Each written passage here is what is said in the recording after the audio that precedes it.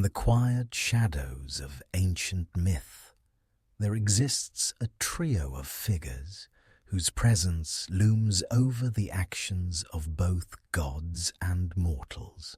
The Furies, or Erinyes, as they are sometimes called, are ancient goddesses of vengeance and justice, embodiments of the consequences that follow transgressions. Born from the blood of Uranus, when he was struck down by his own son, Cronus, the Furies came into being as agents of punishment, their existence intertwined with the very fabric of morality and order in the ancient world.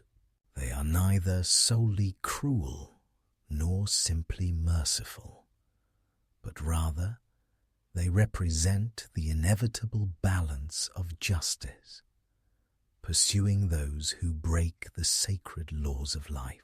Their role was to ensure that no sin went unpunished and that the balance between right and wrong was never disrupted. Over time, however, their story evolved.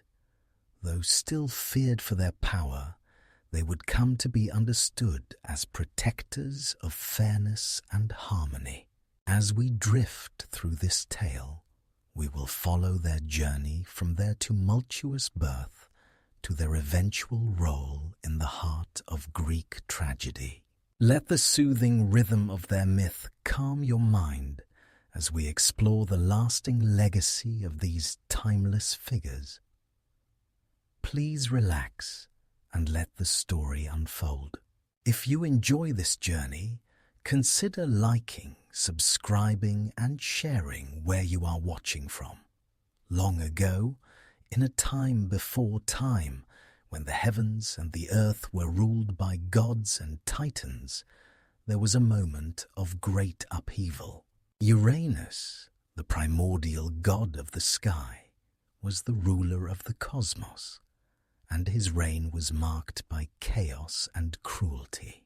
His power was unquestionable, yet his actions were despised by his children, who, under the guidance of the Titan Cronus, conspired against him.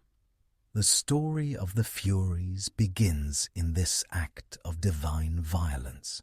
Cronus, in an effort to seize power, struck down his father Uranus, casting his blood upon the earth. From this blood, an ancient and terrible force was born. 3 goddesses, whose very presence would forever alter the fabric of justice in the world. These 3 beings were the Furies, Asteria, Megaera, and Tisiphone. Their birth was not one of love or creation, but of vengeance, a consequence of a father's betrayal and a son's desire for dominion. As the blood of Uranus seeped into the earth, the land itself gave birth to these goddesses. The Furies emerged from the primal forces of the cosmos, born from the anger and suffering that filled the air. They were neither kind nor gentle, but fierce and unyielding. They were not formed in the image of any gentle deity. Their very essence was one of retribution. They would come to symbolize the balance of justice and the harsh consequences of crime. The Furies were not bound to any singular shape. Their forms were terrifying, with serpents coiled through their hair, eyes that burned with a relentless fire, and voices that could drive even the bravest of souls to madness. They did not wear the usual robes of the gods. Instead, they were cloaked in dark, flowing garments, as though they were shadows themselves, forever walking between the realms of the living and the dead. The Furies were born into a world that was still in the midst of divine struggle. The Titans, led by Cronus, fought against the Olympian gods, led by Zeus, in a battle for supremacy. And in this cosmic conflict, the Furies would find their purpose. Though they were born of vengeance, they were also bound by the very laws of nature that demanded retribution for those who wronged the gods or violated sacred oaths. Their very existence became an expression of the unyielding force of justice. As they grew, their role became clear. The Furies were not mere agents of wrath. They were the enforcers of cosmic balance. Their job was not to choose who was right or wrong, but to ensure that those who transgressed the natural order would face the consequences of their actions. Murderers, oath-breakers, and liars, all would feel the relentless pursuit of the Furies. They were the embodiment of punishment, sent to claim the guilty and ensure that justice was served. Their presence in the world was often a quiet one. They did not appear in grand displays of violence, but in whispers and shadows. To see them was to know that you had crossed the line, that there was no escape from the consequences of your actions. Mortals feared them as much as the gods did, for they were relentless and ever-present. Once a person was marked by the Furies, there was no hiding. No place was safe from their pursuit. They were patient, watching, waiting for the moment when justice would demand its due. Yet, despite their fearsome reputation, the Furies were not without purpose.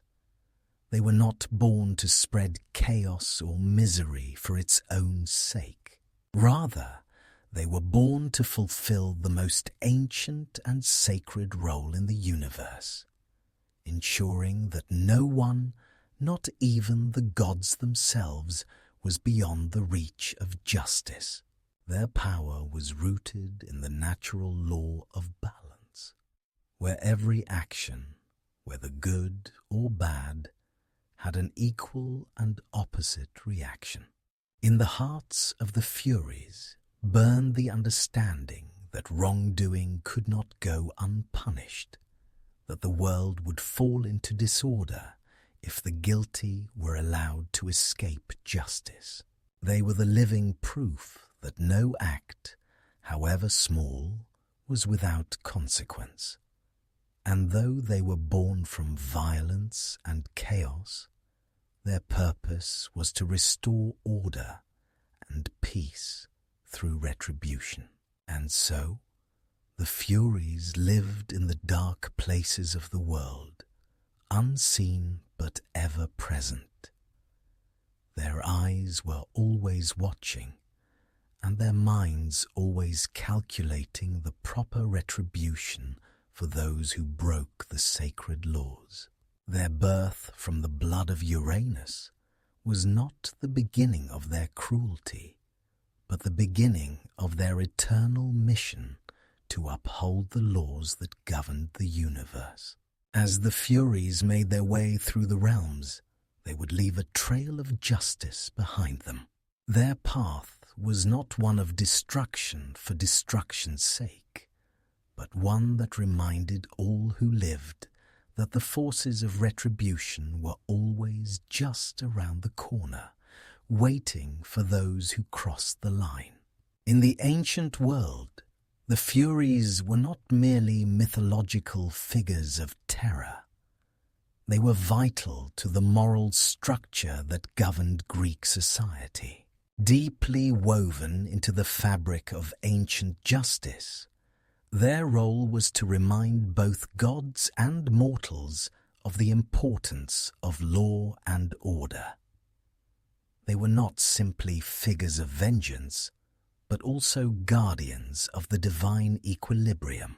Through their eternal pursuit of those who broke sacred oaths, committed murder, or dishonored others, the Furies maintained the delicate balance between right and wrong, ensuring that society would not descend into chaos. The ancient Greeks believed in a strict code of moral laws handed down by the gods that every individual was expected to follow.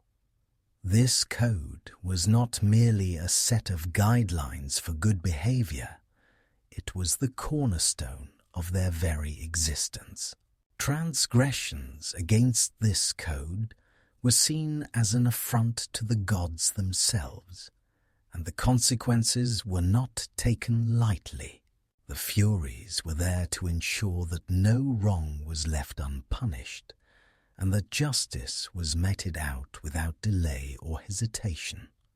Their influence was particularly evident in the realm of family and kinship.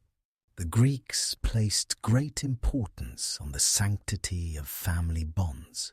A crime against a family member, especially murder, was seen as one of the most severe offences. The Furies, in their relentless pursuit of justice, became the embodiment of retribution for such crimes. In particular, they were invoked in cases of matricide, patricide, and fratricide, crimes that violated the natural order of familial duty and love. Their presence was not simply a deterrent for criminals. It was a reminder to all who lived that the gods were always watching, and there would always be consequences for those who sought to break the sacred bonds of trust. This divine surveillance ensured that the lines between right and wrong were never blurred. The Furies were like an ever-present shadow, following individuals through their lives, ready to strike when justice demanded it. While the Furies' focus on punishment might suggest a world governed by fear and retribution, their role was also one of correction. Ancient Greeks believed in the concept of moral redemption. They saw justice not only as punishment, but also as a way for the wrongdoer to cleanse themselves of their sins. In this way, the Furies were not only agents of punishment, but also agents of moral renewal. Their vengeance, though harsh, was ultimately a mechanism for the restoration of order, peace, and moral balance. However, it was not just criminals who feared the Furies. Their role was also tied to the proper conduct of individuals in everyday life. They were invoked not only in cases of heinous crime, but in situations where someone might fall short of their moral obligations. For example, breaking an oath, engaging in dishonorable behavior, or betraying a friend could attract the wrath of the Furies. Their role as protectors of moral order ensured that the Greek people maintained a deep reverence for their actions, words, and oaths, for they understood that no action, no matter how small, went unnoticed by the forces of justice. In this sense, the Furies served as a divine conscience. They were not just the agents of retribution, but the moral compass by which society was guided. Every Greek citizen, whether a humble farmer or a powerful ruler, was held to the same standard. The Furies were impartial, never swayed by the rank or status of the individual in question. Their mission was to uphold the laws of nature, ensuring that no one was exempt from their reach. The importance of the Furies was also evident in the Greek concept of atonement, the act of making amends for one's wrongdoing. In many stories, individuals sought to appease the Furies in hopes of finding relief from their torment. For example, the legendary figure of Orestes, who killed his mother Clytemnestra in an act of revenge for his father's murder, was pursued relentlessly by the Furies. Orestes' journey to find redemption, to lift the curse that the Furies placed upon him, underscores the Greeks' belief in the power of atonement and the role the Furies played in the spiritual purification of an individual.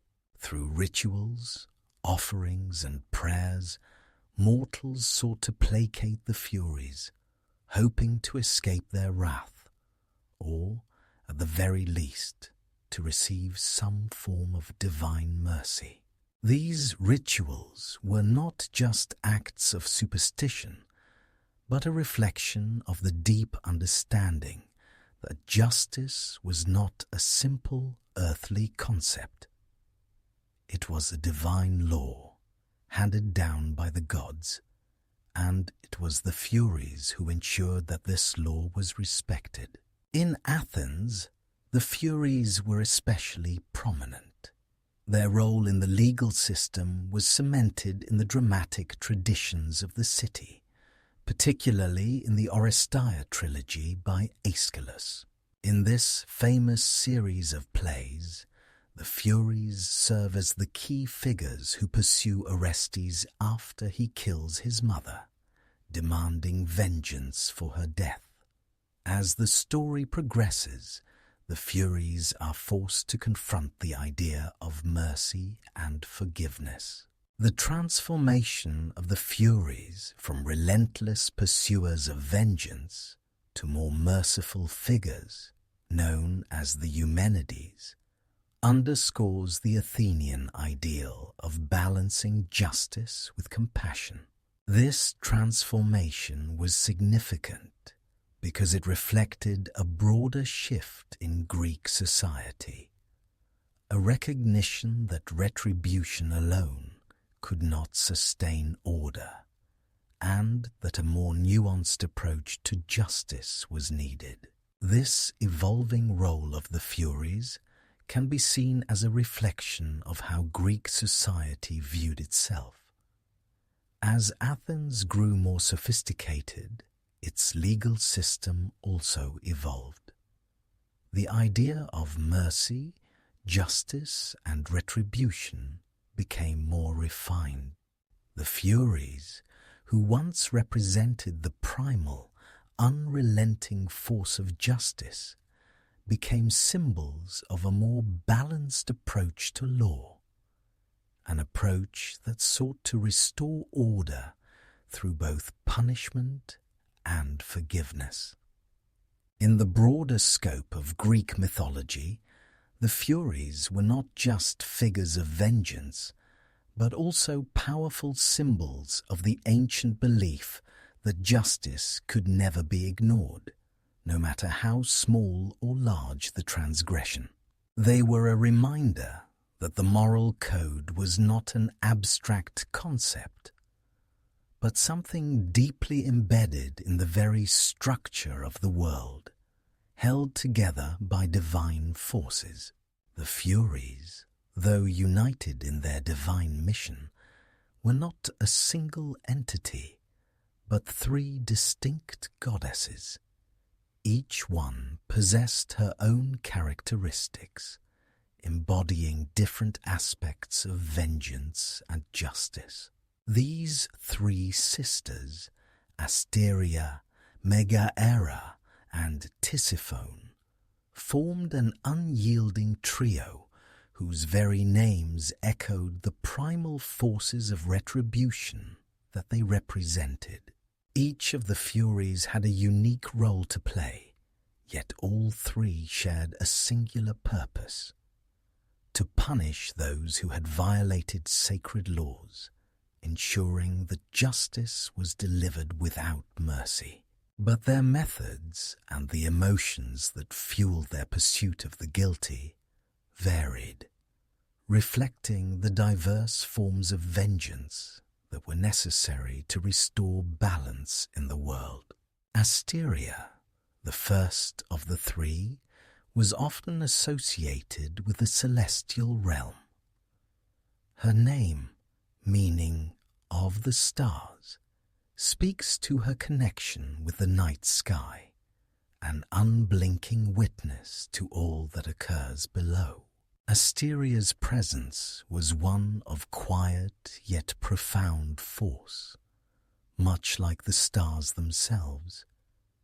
She was not loud or tempestuous in her vengeance, but instead she embodied the cool, unrelenting gaze of the heavens. Asteria's role was to observe the actions of mortals from a distance, watching as they moved through their lives, waiting for them to fall from grace. Her vengeance was often described as indirect but powerful, like the silent flicker of a distant star. Asteria's punishment was not always swift, but it was always certain. Like the stars in the sky, she remained above the fray, distant and aloof, yet ever present, guiding the course of justice through the quiet passage of time. Her gaze was the inevitable pull of fate, the silent witness to the unfolding of mortal lives, reminding all that their actions were never beyond the watchful eyes of divine justice. Asteria's connection to the stars also tied her to the realm of prophecy and fate. She was often called upon to remind mortals that their actions were not only known to the gods, but also had consequences written in the stars themselves. Those who violated sacred oaths or committed grievous wrongs were never truly free of the consequences. Like the stars that persist in the night sky, the Furies' pursuit was unending. The second Fury, Megaera, was known for her fiery and passionate nature. Her name, meaning jealous or envy, was indicative of the intense emotions that drove her. Unlike Asteria, whose vengeance was subtle and far-reaching, Megaera's retribution was fierce and immediate, driven by the burning fire of jealousy and anger. She was the embodiment of righteous wrath, swift and unyielding in her pursuit of those who had broken sacred vows or caused harm. Megaera's jealousy was not simply the petty envy of a mortal, but the divine and primordial jealousy of the gods themselves. She did not tolerate disobedience or betrayal, and her punishment was swift and terrible. For Megaera, there was no room for mercy. Justice, in her eyes, could only be achieved through the most severe of consequences. She was the one who would strike when a transgression occurred, the one whose anger would not be quelled until the scales of justice were balanced. Her power was fueled by the fire of anger and jealousy, emotions that could consume her as much as they did those she pursued. Her presence was felt most acutely when a person, having betrayed another or violated trust, was caught in the fire of her fury. Megaera's vengeance was relentless, her wrath like a storm that could not be stopped once it had begun.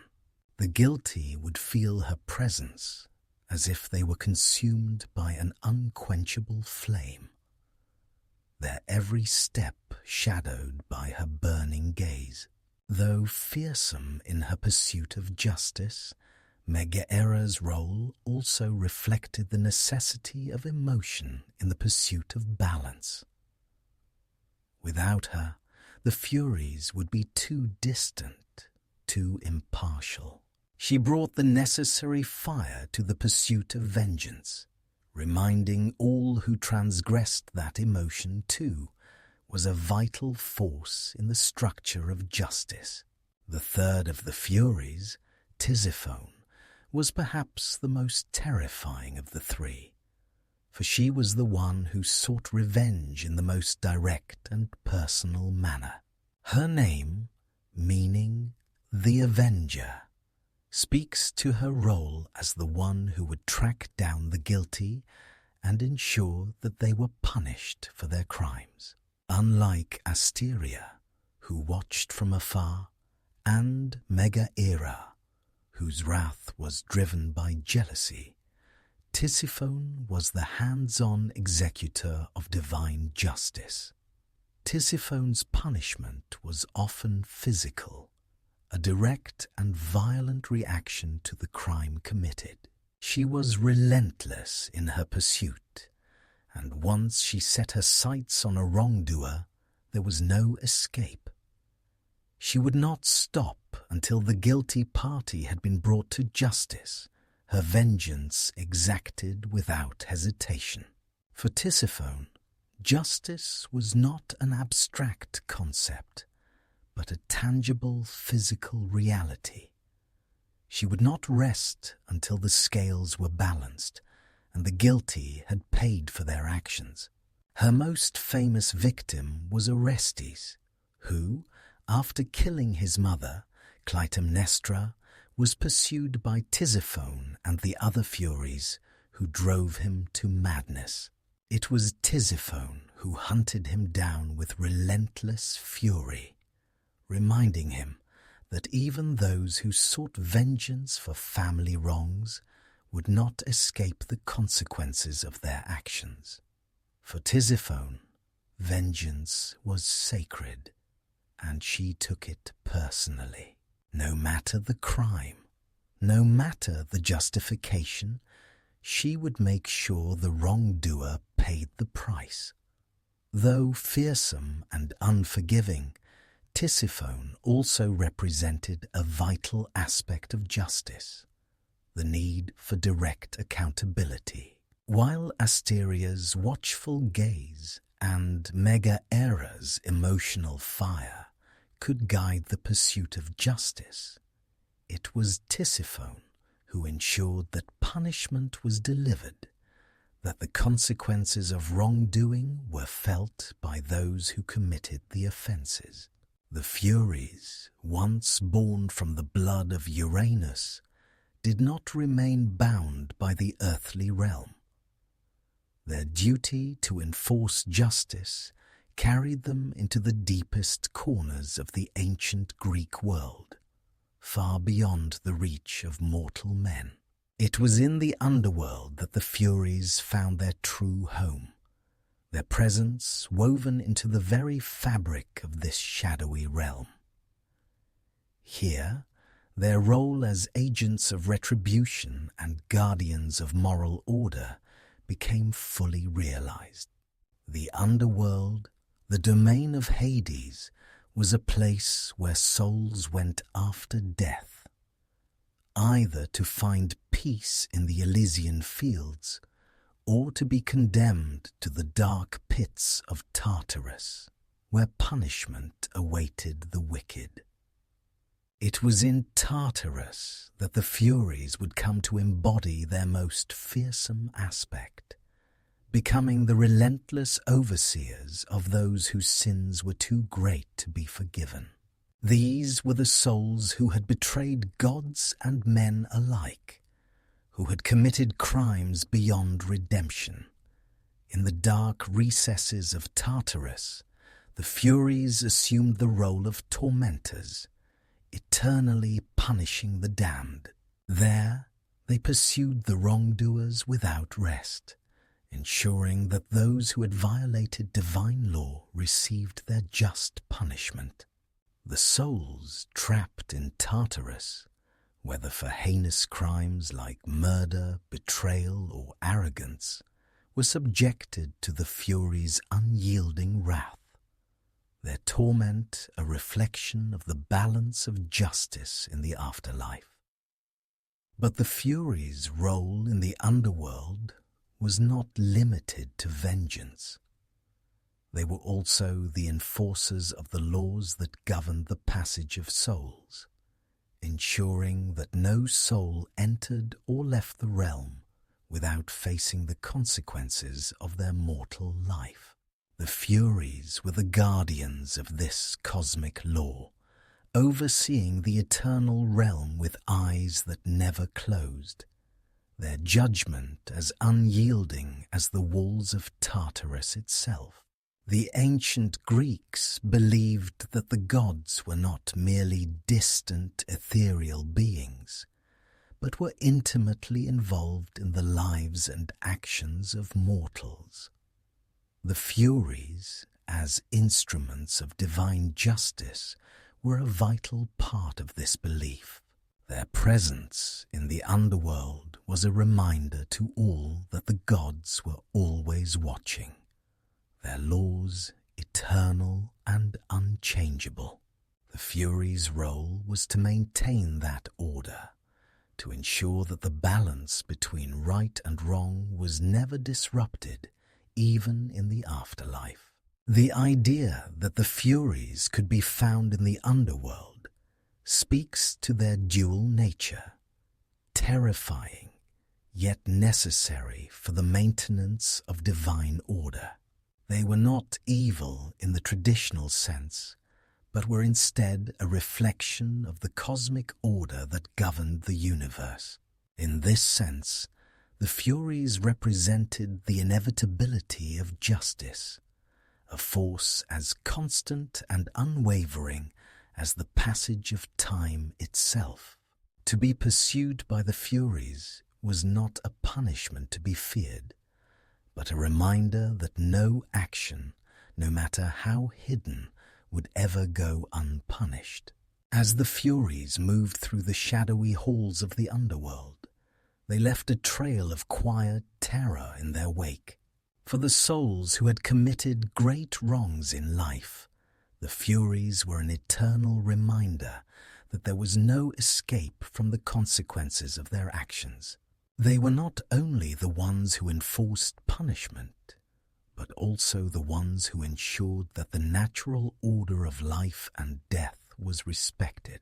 In the underworld, their pursuit was relentless, as they followed the trails of guilt and sin without hesitation, their judgment carried out without mercy. But despite their fearsome nature, the Furies also embodied a sense of inevitability. Their actions were not born of malice or desire for cruelty. Rather, they were the agents of cosmic balance, ensuring that justice was done. The Furies were not arbiters of morality in the human sense. They did not possess emotions like love, compassion, or hatred. Instead, they were manifestations of divine law, immutable and eternal. Their purpose was singular, to restore balance where it had been disturbed, whether in life or death. The Furies' presence in the underworld also served a deeper symbolic purpose. In ancient Greek thought, the underworld was a place of judgment, where the souls of the dead were evaluated and sent to their final resting places. The Furies were the guardians of this judgment, ensuring that no one, whether alive or dead, was beyond the reach of divine law. They were the embodiment of the idea that justice was all-encompassing, that no wrong could ever go unpunished, even beyond the mortal realm. Their role in the underworld was not limited to the souls of the damned. The Furies also had a profound impact on the gods themselves, especially in cases where divine justice needed to be served. When Zeus, the king of the gods, acted in ways that violated divine laws or upset the natural order, the Furies would be called upon to remind him of his responsibilities. In this sense, the Furies were not merely enforcers of justice, but were also the guardians of the natural order, keeping even the gods in check. It was in the underworld, then, that the Furies came into their fullest power. They were not just agents of vengeance, but were deeply tied to the structure of the cosmos itself. Their judgment was absolute, their pursuit without end. They represented the unyielding force of divine justice, a force that could never be denied, no matter how powerful the wrongdoer or how great their sin. In the realm of the dead, the Furies were also symbols of the idea of eternal retribution. They represented the idea that no wrongdoing would ever be forgotten, that even after death, the soul would have to face the consequences of its actions. The Furies' pursuit of vengeance was not a temporary measure, but a permanent condition, a reminder that justice was not bound by the limitations of time. Their role in the underworld spoke to the eternal nature of divine law, a law that would outlast the mortal world and endure for all eternity. The Furies, also known as the Erinyes, were not figures of beauty or grace. Their very appearance was a manifestation of their terrifying power and the fierce role they played in the ancient world. The image of the Furies was one designed to evoke fear, reverence, and a deep sense of awe in those who encountered them. Their physical form was not merely symbolic, but a reflection of their nature, fierce, relentless, and unyielding. In Greek mythology, the Furies were often described as women of horrifying aspect. Their hair was made of writhing snakes, a visual reminder of the venomous fury that flowed through their veins. These serpents were not simply decorative. They were active participants in their terrifying nature, capable of striking at any who stood in their way. The snakes were a direct representation of the Furies' destructive power, unpredictable, dangerous, and impossible to escape. Their eyes were perhaps their most unsettling feature. Descriptions often speak of their eyes being bloodshot, glowing with a fire that reflected the rage of their eternal mission. The gaze of a Fury was said to be capable of striking terror into the hearts of even the bravest mortals. To be locked in the gaze of one of the Furies was to feel the weight of inevitable punishment, to know that no wrong would go unpunished, and that justice would be swift and terrible. Their eyes, wide and unblinking, seemed to pierce through the very souls of those they gazed upon, seeking out guilt and transgression wherever it lay. Their clothing was equally foreboding, dark robes that were often described as flowing like shadows. These garments, dark as the night itself, seemed to merge with the darkness around them, making it difficult to distinguish the Furies from the shadows that surrounded them. Their appearance was not one of individuality, but of unity. Each Fury, though distinct in her form, was bound by the same eternal purpose. They were a collective force, a unified embodiment of divine justice, and their very appearance reflected this.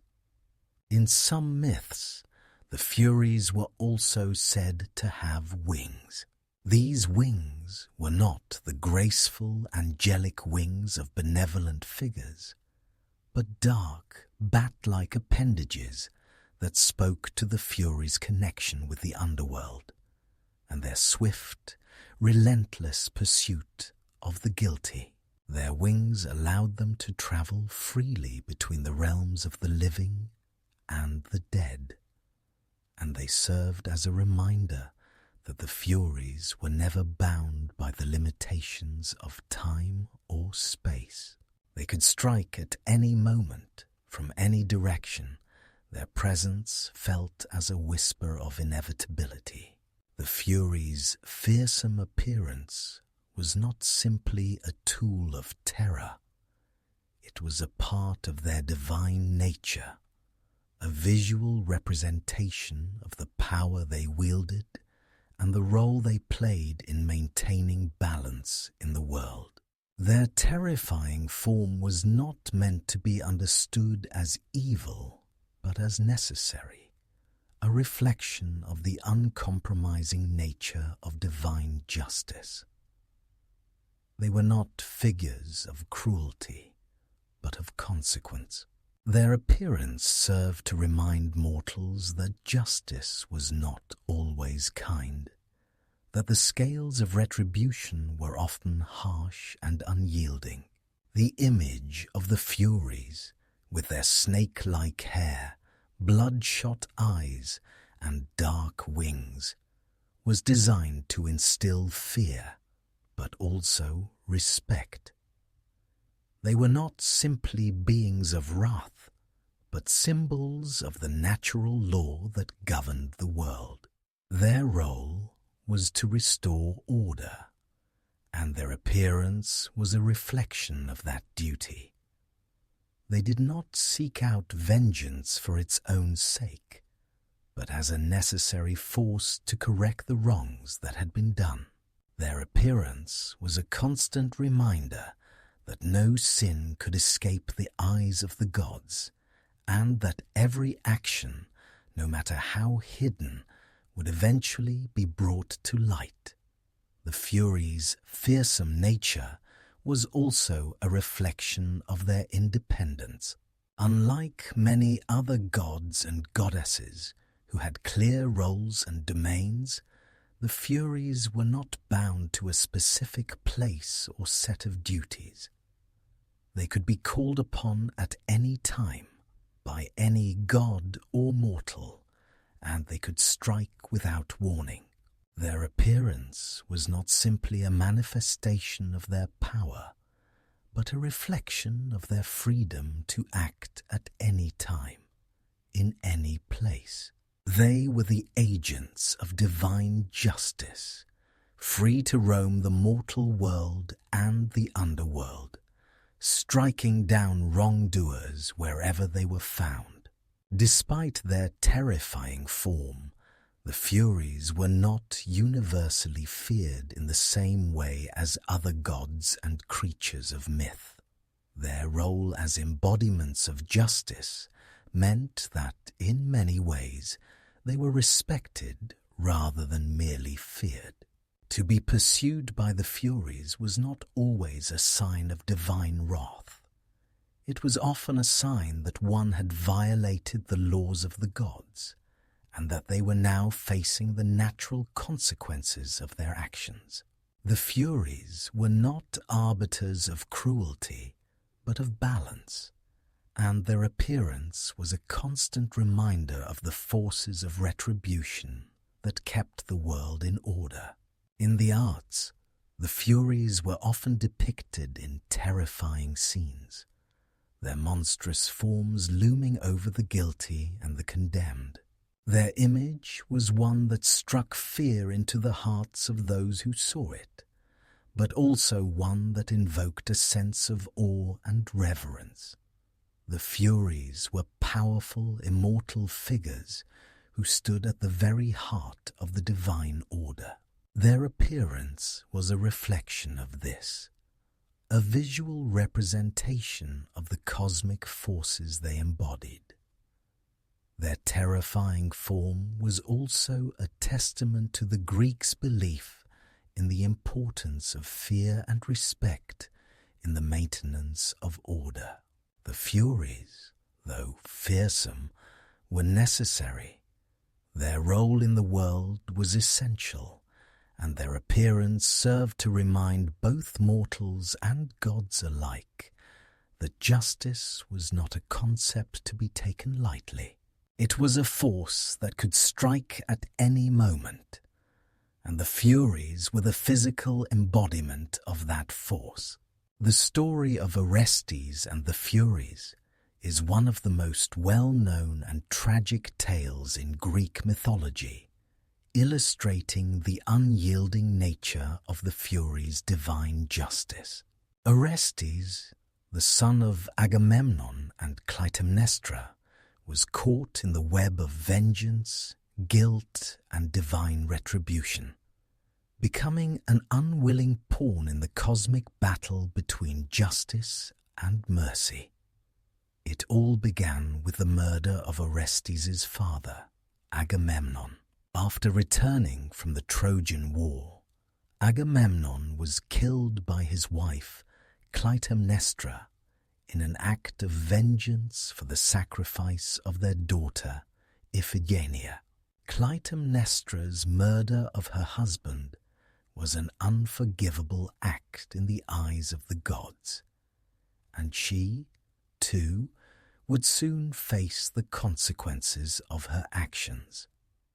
Orestes, still a young man, found himself caught in the midst of this web of vengeance. Guided by the commands of the oracle of Apollo, Orestes returned home with the intent to avenge his father's death by killing Clytemnestra. It was a difficult and emotionally charged decision for Orestes. He had to weigh the murder of his mother, the one who gave him life, against the need to avenge his father and restore the honor of his family. In the end, the call of justice and the pressure of fate drove him to carry out the murder, despite the pain it caused him. The moment Orestes killed Clytemnestra, however, he did not escape unscathed. While he may have avenged his father, he was also bound by the ancient laws of retribution. The Furies, as embodiments of divine justice, immediately took notice of Orestes' act. His matricide was an unforgivable crime, one that the Furies would not allow to go unpunished. The Furies, relentless in their pursuit of wrongdoers, descended upon Orestes like a storm, pursuing him across the lands as he fled from the consequences of his actions. At first, Orestes did not realize the full scope of the torment that awaited him. He believed that by killing his mother, he had restored balance to the world, avenging his father's death and bringing justice to his family. However, the Furies, as the enforcers of divine justice, would not allow him to escape. They followed him unceasingly, driving him mad with their incessant pursuit. His guilt, combined with their punishment, turned his mind into a whirlwind of confusion and terror. Orestes was haunted, unable to find peace or solace as the Furies tormented him relentlessly. The pursuit of vengeance was a never-ending cycle, a reminder that no sin, no matter how justified, was beyond the reach of the gods' wrath. Orestes' torment at the hands of the Furies was not only physical, but psychological. The Furies would not allow him to forget the crime he had committed. They pursued him in dreams, in waking moments, whispering of his guilt, dragging him deeper into madness with every passing moment. He could not escape them, for wherever he went, their presence followed. His once clear mind became clouded with the endless pressure of divine judgment. The Furies' pursuit of Orestes reflects their true nature. They are not bound by mercy, nor do they differentiate between those who are guilty in the eyes of mortals and those who are guilty in the eyes of the gods. For the Furies, justice is absolute. The consequences of one's actions must always be faced, regardless of the circumstances or personal suffering involved. Orestes' fate was sealed the moment he committed matricide, and there was no turning back. However, the story of Orestes did not end with his suffering. In time, Orestes sought the intervention of Apollo, who had once instructed him to kill his mother in the name of vengeance. Apollo, recognizing the relentless torment that Orestes was enduring, sent him to Athens to stand trial before a jury of gods and mortals. It was here that the myth of Orestes and the Furies would take a dramatic turn. At the trial, Orestes was defended by Apollo, who argued that Orestes had been justified in avenging his father's death. However, the Furies, in their unyielding pursuit of justice, demanded that Orestes be punished for the crime of matricide. The trial became a battleground between divine justice and divine mercy. The gods themselves, led by Athena, had to decide whether justice required the death of Orestes or whether he could be forgiven for his actions. The trial was not just about Orestes.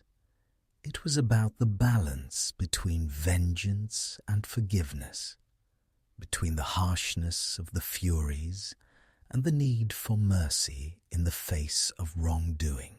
As the trial unfolded, Orestes was caught in the middle, unable to escape the divine forces at play. In the end, it was Athena, the goddess of wisdom and justice, who cast the deciding vote in Orestes' favor, declaring that he had been justified in avenging his father's death. The Furies, however, were not silenced. They demanded their due, and in their anger they were transformed. Athena, recognizing the importance of the Furies in maintaining the balance of justice, offered them a new role. No longer would they be seen solely as agents of vengeance. They would now be called the Eumenides, the kindly ones. This transformation marked the beginning of a new understanding of the Furies, not as relentless pursuers of vengeance, but as protectors of justice, who could offer mercy and forgiveness in the proper circumstances. The Furies, once embodiments of wrath, became symbols of the balance between punishment and forgiveness, reminding all that justice was not one-sided, but required both severity and compassion. The tale of Orestes and the Furies, then, is not only a story of divine retribution, but also a reflection on the complex nature of justice itself. It shows that vengeance, while necessary, can lead to a never-ending cycle of violence and suffering. Only through balance, Through the intervention of wisdom and mercy can true justice be achieved. The Furies, in their pursuit of Orestes, were a reminder that no crime is beyond the reach of divine justice, but also that mercy must be allowed to temper retribution. Orestes, in the end, found relief from his torment, but the Furies did not disappear. They became a symbol of the necessary balance between vengeance and forgiveness, reminding all who cross their path that justice, in its purest form, is both unyielding and merciful, punishing those who break sacred laws while also offering a path to redemption. The Furies, in their relentless pursuit of those who violated sacred laws, embodied the very essence of justice in its harshest and most unyielding form. To them, there were no exceptions, no allowances for mercy or forgiveness. Their mission was singular: to restore balance and order by punishing those who had committed wrongs, particularly heinous crimes such as murder, betrayal, and perjury. Their relentless pursuit was a reminder that divine justice would always catch up with the guilty, no matter how far they ran or how many years passed. Unlike the gods who might deliver punishment from a place of higher understanding or divine will, the Furies acted from the deepest well of primordial law. Their justice was absolute and devoid of emotion, driven solely by the cosmic need to ensure that no sin was left unchecked. The Furies were not concerned with the reasons behind a crime, nor did they consider the moral complexities of the individuals they pursued. They were creatures of raw, untamed justice, seeking only to restore balance in the world by punishing those who had transgressed. Their most famous victims were often those who had committed crimes of the highest order, familial betrayals and murders. The Furies were particularly ruthless in cases of matricide, patricide, and fratricide, crimes that violated the sacred bonds of family and kinship. In these cases, the Furies would pursue the wrongdoer with an intensity that left no room for escape, no matter how righteous or justified the murder might seem in the eyes of the mortal world. The case of Orestes, whom the Furies pursued after he avenged his father's murder by killing his mother, Clytemnestra, exemplifies their unwavering commitment to justice. Although Orestes believed he was right in avenging his father, the Furies would not let him escape the consequences of matricide. To them, the act of killing one's mother was an unpardonable sin that demanded divine retribution, no matter the motive behind it. Their relentless pursuit of Orestes left him tormented, both mentally and physically, as he was driven to the brink of madness by their constant presence. This pursuit was not just about the punishment of the guilty. It was about maintaining the order of the world itself. The Furies were not motivated by personal vendettas or desires for power. They were forces of divine will, ensuring that the natural order was respected. Without their intervention, the Greeks believed that society would fall into chaos, where crimes went unpunished and moral corruption would run rampant. The Furies were the necessary checks and balances in the divine system of justice, making sure that no wrong was left unaccounted for. Their pursuit was also an expression of the Greeks' understanding of guilt and the consequences of sin. The Furies embodied the idea that guilt was not just a personal feeling, but a cosmic force that had to be atoned for. In the ancient world, it was believed that crimes, particularly murder, could stain not just the individual, but the land and the family. The guilt of a crime, especially one as grievous as killing a family member, could affect an entire community. It was the Furies' role to ensure that the guilty were punished, so that the cycle of guilt and retribution could be broken, and the land could be cleansed. The Furies' role was not confined to the mortal world. They were also closely tied to the divine realm and the gods' sense of order.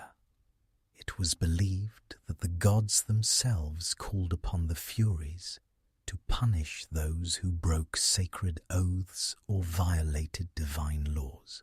Their task was to ensure that even the gods were held accountable for their actions, that not even the most powerful beings in the universe were exempt from justice. Despite their fearsome reputation, the Furies were not seen as entirely malevolent. They were not driven by hatred or revenge, but by a deep, unshakable commitment to maintaining the moral order of the universe. Their actions were not personal, and their judgments were not clouded by emotion or bias. They were simply the instruments of justice, carrying out their duty with unwavering precision. Over time, however, the Furies' role evolved. In some myths, their pursuit of vengeance began to shift toward a more balanced approach, as we saw in the trial of Orestes, where the Furies eventually became known as the Eumenides, or kindly ones. There was a recognition that justice could not always be served through punishment alone. Mercy, compassion, and forgiveness were necessary components of justice, and the Furies' transformation marked the beginning of a more nuanced understanding of their role. The shift from relentless vengeance to a more balanced form of justice reflected the changing views of morality in ancient Greek society.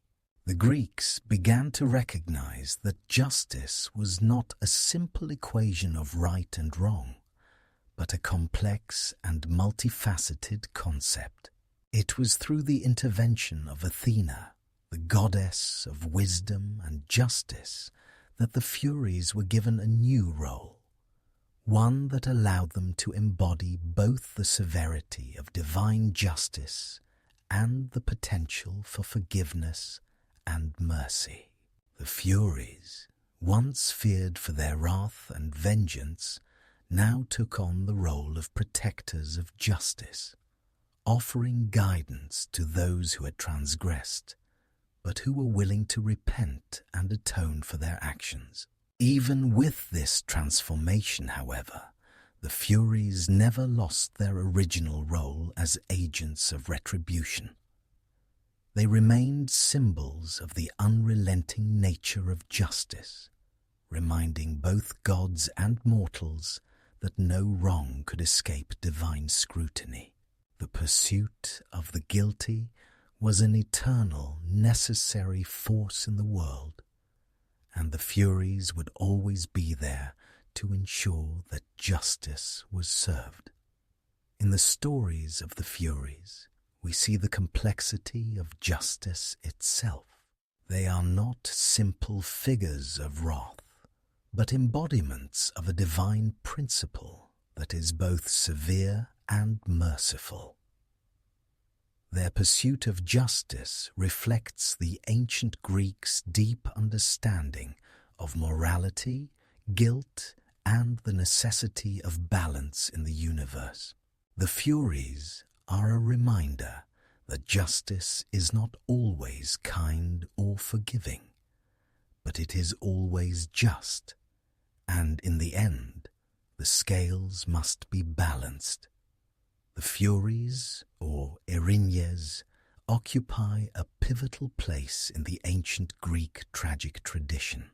Their presence in Greek drama, particularly in the works of Aeschylus, underscores their role as both enforcers of justice and symbols of divine law.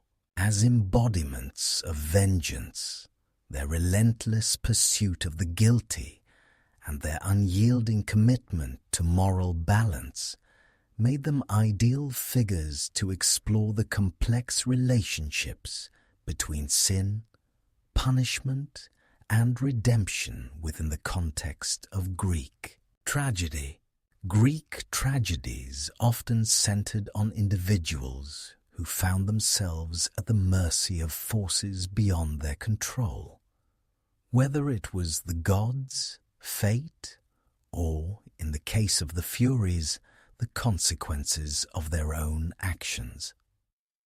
The plays provided audiences with a deep, emotional exploration of the nature of justice and the devastating impact that transgressions could have on both the individual and the community. The Furies, as the personification of retribution, were the natural agents of this exploration. The Furies' most famous appearance in tragedy comes in Aeschylus's Oresteia, a trilogy of plays that dramatizes the story of Orestes' revenge for the murder of his father, Agamemnon, and the consequences that follow. It is in the final play of this trilogy, the Eumenides, that the Furies are most prominent. Here they are both the accusers of Orestes, who has killed his mother, Clytemnestra, in vengeance for his father's death, and the symbols of the relentless justice that underpins the world of the gods. In the Eumenides, the Furies pursue Orestes with unrelenting fury after he kills his mother, Clytemnestra. For the Furies, the murder of one's mother is an unforgivable crime, regardless of the circumstances or justification. They embody the primal law that binds all human behavior and ensure that no one, not even the most heroic of individuals, is exempt from the consequences of their actions. The Furies are unforgiving in their pursuit of justice, showing no mercy for Orestes, even as he seeks redemption for the murder of his mother. However, as the play progresses, a shift occurs in the Furies' role. Athena, the goddess of wisdom and justice, intervenes and provides a solution that balances both vengeance and mercy. Athena sets up a trial in Athens to determine Orestes' fate, with a jury of gods and mortals hearing the case. In this pivotal moment, the Furies, who have been relentless in their pursuit of Orestes, are forced to confront the idea of mercy and forgiveness. The trial of Orestes represents a key turning point in the Furies' role within Greek tragedy. As the jury deliberates, the Furies find themselves at odds with the goddess Athena, who argues that Orestes should be acquitted for his actions, given the divine justification for his murder. The Furies, however, are steadfast in their belief that matricide is an unforgivable sin, and they demand that Orestes be punished for his crime. In this dramatic clash, the Furies' role shifts, and they are forced to confront the complexities of justice itself. In the end, Athena casts the deciding vote in Orestes' favour, acquitting him of the crime of matricide. This decision marks a significant change in the perception of the Furies. Athena, recognizing the importance of the Furies' role in maintaining justice, offers them a new role, one that involves not only punishment, but also protection and mercy. The Furies are transformed into the Eumenides, or kindly ones, a title that reflects their new, more merciful role in the world. They are no longer merely agents of vengeance. They are now protectors of justice, ensuring that fairness is maintained in both punishment and forgiveness. This transformation is significant because it shows that even the most unrelenting forces of justice can evolve. The Furies, who had once been seen as fearsome and terrifying, are now understood as a necessary balance to the forces of mercy and forgiveness. Their role is no longer just to pursue vengeance, but to ensure that justice is served in a way that considers both the severity of the crime and the potential for redemption.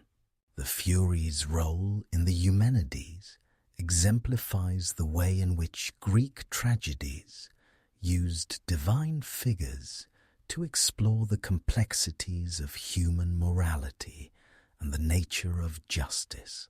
In many of these plays, characters are forced to confront the consequences of their actions and grapple with the question of whether divine justice can be tempered by mercy.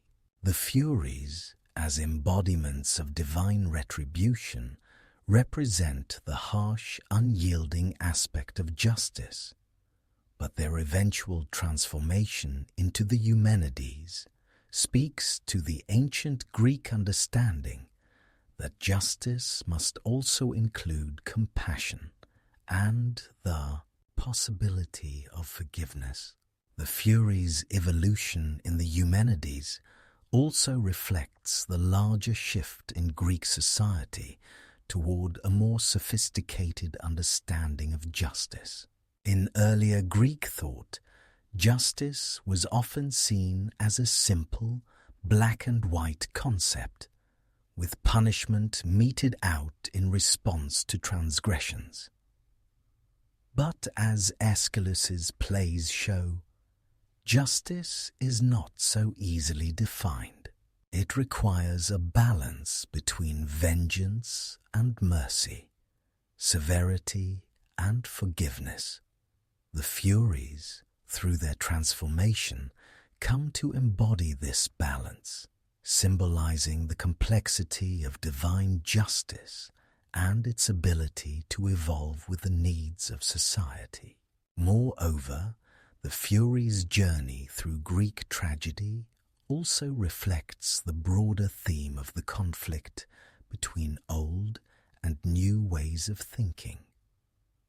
The Furies, as ancient deities of vengeance, represent the old primal laws that govern the world. Their unyielding pursuit of justice was an essential part of the world of the gods and mortals, but as Greek society progressed, the need for a more nuanced understanding of justice became apparent. Athena's intervention in the trial of Orestes symbolizes this shift, as she brings a more modern, balanced approach to justice, one that incorporates both punishment and forgiveness. In this way, the Furies' role in Greek tragedy is not just about vengeance, it is about the evolution of justice itself. Their transformation from unrelenting pursuers of vengeance to merciful protectors of justice symbolizes the Greek understanding that true justice requires balance, fairness, and the capacity for mercy. This balance, reflected in the Furies story, remains a central theme in the tragedies that shaped Greek thought and continues to resonate today. The Furies, in the ancient Greek imagination, were not static figures. They embodied the raw, unyielding forces of justice. But as Greek thought evolved, so too did their role and nature. The Furies' transformation from fearsome, relentless pursuers of vengeance into the Eumenides, the kindly ones, marks a pivotal shift in the conception of justice and the divine balance between punishment and mercy. This transformation was not merely a change in their title, but an evolution of their function within the moral and societal framework of the ancient world. Before their transformation, the Furies represented the harshest form of divine justice. They were the agents of retribution, pursuing those who had committed the most grievous sins, crimes like murder, perjury, and betrayal, without mercy. To be pursued by the Furies was to face an inevitable punishment that left no room for escape. They were seen as fierce, vengeful figures whose purpose was to ensure that no wrongdoing went unpunished, no matter the circumstances or the motives behind the crime. The Furies were symbols of the cosmic law that demanded balance and order in the world, and their role was to restore that order through the relentless pursuit of justice. Yet, in the course of Greek mythology, this uncompromising nature began to be challenged. The turning point came in the myth of Orestes, as dramatized in Aeschylus's Oresteia. Orestes, having killed his mother Clytemnestra to avenge his father Agamemnon's death, found himself tormented by the Furies. They pursued him unceasingly, driving him to the brink of madness as their relentless pursuit of justice seemed endless. Orestes, caught between divine law and personal guilt, sought refuge in Apollo's guidance and was ultimately tried in Athens, where the gods themselves would decide his fate. In the Eumenides, the final play of the Oresteia, Athena, the goddess of wisdom, intervened in the trial, bringing a new perspective to the idea of justice. She recognized the need to balance the Furies' insistent desire for retribution with a more merciful and restorative approach to justice. The trial of Orestes was not merely a battle between guilt and innocence, but a moment of profound reflection on the nature of justice itself. Athena's intervention led to the transformation of the Furies. Rather than continuing as fearsome enforcers of vengeance, they were redefined as the Eumenides, the kindly ones.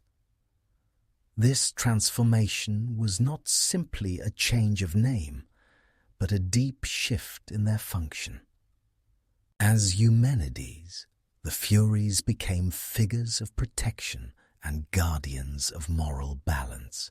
They were no longer simply agents of retribution, but also a force for preserving the peace, ensuring that justice was meted out in a manner that acknowledged the complexities of human actions. In this new role, the Furies, now the Eumenides, could offer mercy and forgiveness to those who had sinned, but sought redemption. They became a symbol of the evolution of divine law, from blind vengeance to a more thoughtful, compassionate justice. The transformation of the Furies into the Eumenides also reflected the changing nature of Greek society. As Athens became a powerful political and cultural center, its legal system evolved to incorporate a more sophisticated understanding of justice. The introduction of trials by jury, with the possibility of acquittal or mercy, marked a departure from the more primal systems of divine vengeance.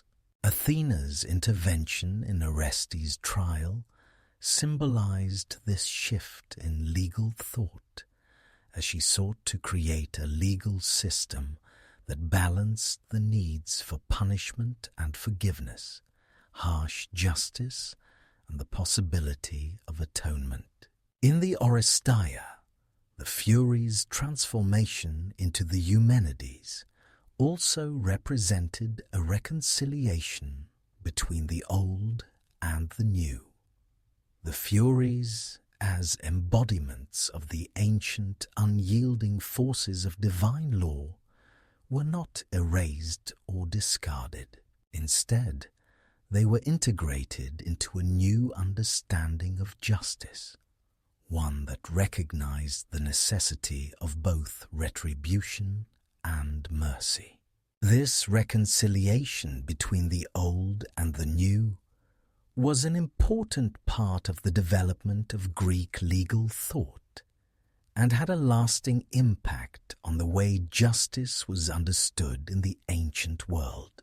The Eumenides, as the new, more merciful form of the Furies, were no longer figures of fear, but guardians of fairness.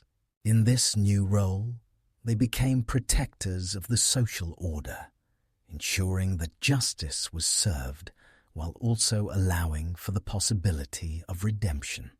Their role was no longer one of relentless punishment, but one of balance, maintaining the order of the world while also recognizing the complexities of human nature. This new conception of justice, embodied by the Eumenides, was a reflection of the changing moral and ethical landscape of ancient Greece, where justice was seen not just as a tool for punishment, but also as a means of reconciliation and healing. The transformation of the Furies into the Eumenides had a profound impact on the way they were perceived in Greek culture. No longer feared as harbingers of unrelenting vengeance, the Eumenides were now seen as protectors of the city and the laws that upheld its structure. They were associated with the restoration of peace and the protection of societal order. Their new role was one of balance and harmony, ensuring that justice was not only delivered, but that it was delivered with wisdom and understanding. This shift in the Furies' role also reflects the broader cultural changes in ancient Greece, particularly in Athens. As the city-state of Athens became the center of intellectual and philosophical thought, its citizens began to question the rigid, retributive justice of earlier times. The development of a more nuanced, balanced approach to justice, symbolized by the Eumenides, marked the beginning of a new era in legal and moral thought. The transformation of the Furies was not just a mythological event, but a reflection of these cultural changes, as the ancient Greeks grappled with the complexities of justice and the need for mercy. In the end, the Furies' transformation into the Eumenides symbolized the potential for change and growth in the divine order. Just as human societies can evolve and adapt to new circumstances, so too can the divine forces that govern the world. The Furies, once the harshest enforcers of divine law, became symbols of the balance between justice and mercy, showing that even the most primal forces of retribution could evolve into agents of protection and peace. The trial of Orestes is one of the most significant moments in Greek mythology, marking not only the culmination of a personal tragedy, but also a critical turning point in the understanding of justice in the ancient world. It is in this trial that the Furies, transformed from relentless agents of vengeance into the Eumenides, the kindly ones, come face to face with the evolving nature of divine law, mercy, and the consequences of their actions. The trial, held in Athens, is not only a battle for Orestes' soul, but also a symbolic representation of the larger conflict between old retributive justice and new, more balanced legal principles. Orestes, the son of Agamemnon and Clytemnestra, had killed his mother to avenge his father's death, and in doing so he found himself caught in a web of divine punishment. The Furies, embodiments of vengeance and moral retribution, pursued him relentlessly for the crime of matricide.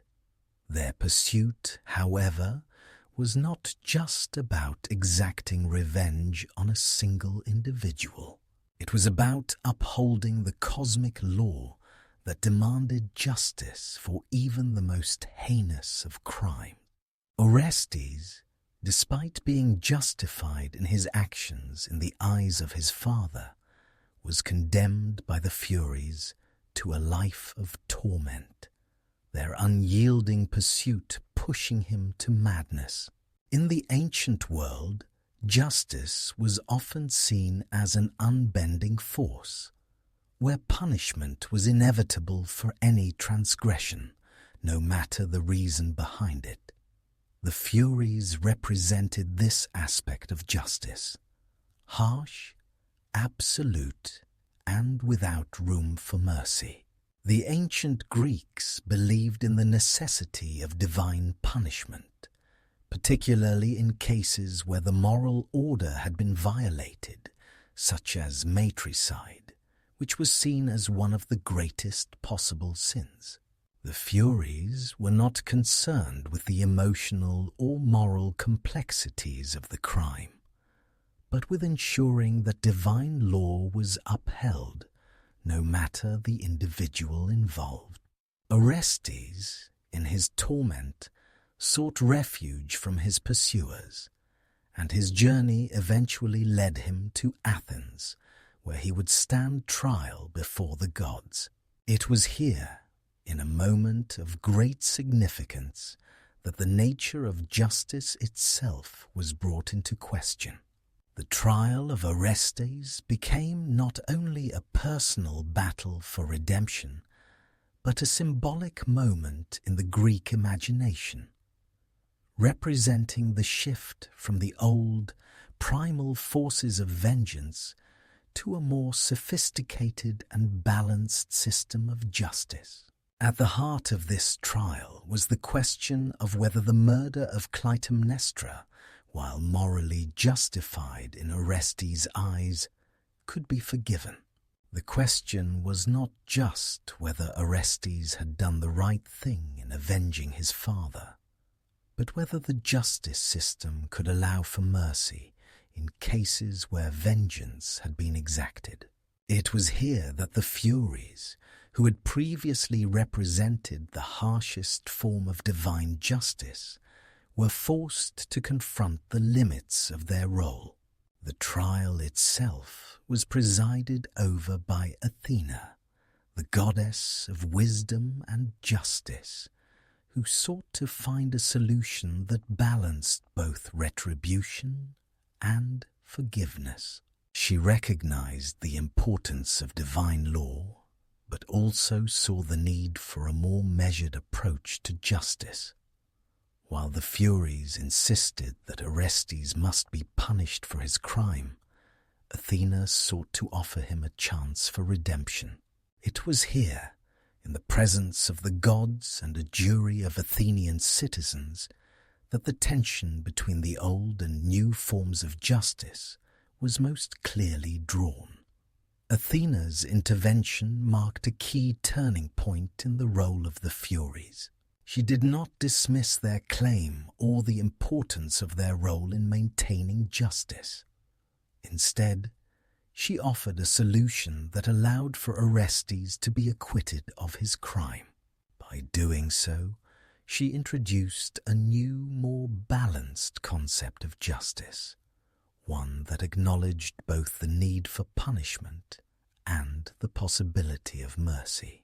Orestes was ultimately freed from the Furies' torment, but the consequences of his actions would not go unrecognized. However, this transformation in the Furies' role did not come without tension. The Furies, as embodiments of divine retribution, could not easily relinquish their pursuit of vengeance. Their presence in the trial was marked by anger and resistance. The trial itself was not a simple declaration of innocence or guilt, but a complex negotiation between different forces of divine law. The Furies were not ready to let go of their role as agents of vengeance, and they fought fiercely to ensure that Orestes would be punished for his crime. It was Athena's wisdom that ultimately resolved the conflict, as she sought to create a new order, one where the Furies could still carry out their essential role of justice, but in a way that allowed for mercy and understanding. Her decision to transform the Furies into the Eumenides, the kindly ones, marked the beginning of a new approach to divine law. In this new role, the Furies were no longer figures of pure retribution, but became guardians of justice, ensuring that fairness and balance were maintained in both punishment and forgiveness.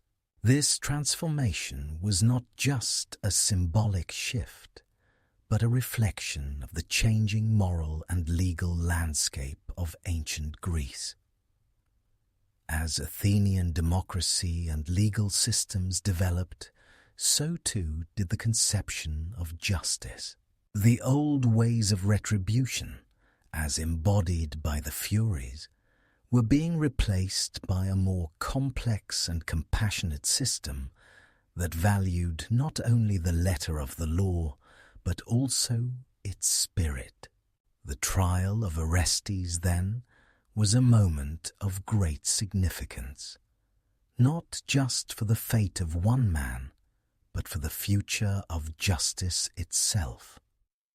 It marked the end of the Furies' role as relentless pursuers of vengeance and the beginning of their role as protectors of fairness. Their transformation into the Eumenides was a recognition that true justice requires balance between punishment and mercy, between vengeance and forgiveness. This new understanding of justice was not only a shift in the divine order, but also a reflection of the evolving understanding of law in the ancient world. The trial of Orestes and the intervention of Athena stand as a defining moment in Greek mythology, highlighting the tension between divine retribution and mercy, and reflecting the evolving nature of justice in both the divine and mortal realms. Athena, the goddess of wisdom and justice, played a pivotal role in reshaping the fate of Orestes, and, by extension, the very concept of justice itself. Her intervention was not just a resolution of Orestes' personal conflict, but also a significant transformation in how the gods and the mortals who revered them understood the balance between punishment and forgiveness. In the myth, Orestes was pursued relentlessly by the Furies after committing matricide. He had killed his mother, Clytemnestra, to avenge his father, Agamemnon's murder. To the Furies, however, the act of matricide was unforgivable. They saw Orestes' crime as a direct violation of the natural order, one that must be avenged with the full force of divine law. The Furies, embodiments of the relentless and unforgiving aspects of justice, tormented Orestes, driving him to madness.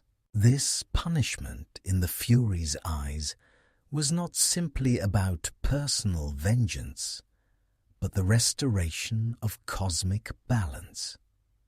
No transgression, no matter how justified, could be allowed to upset the divine order.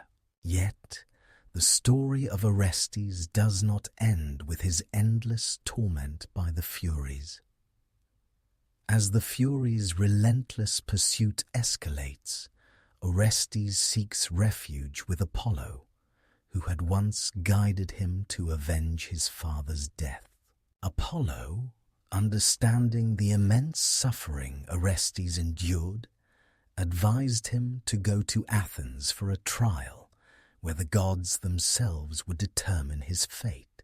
This decision would become a turning point in the myth, for it was here that the gods, especially Athena, would alter the course of Orestes' life and, by extension, the concept of divine justice. Athena's intervention was crucial, for she represented a more balanced and measured form of justice compared to the Furies' unyielding approach. Athena was not only the goddess of wisdom, but also a symbol of fairness, logic, and reconciliation. She recognized that while Orestes had indeed committed a grave crime, his actions were guided by a higher sense of duty to avenge his father's murder, a cause that had divine approval. To Athena, the issue was not black and white.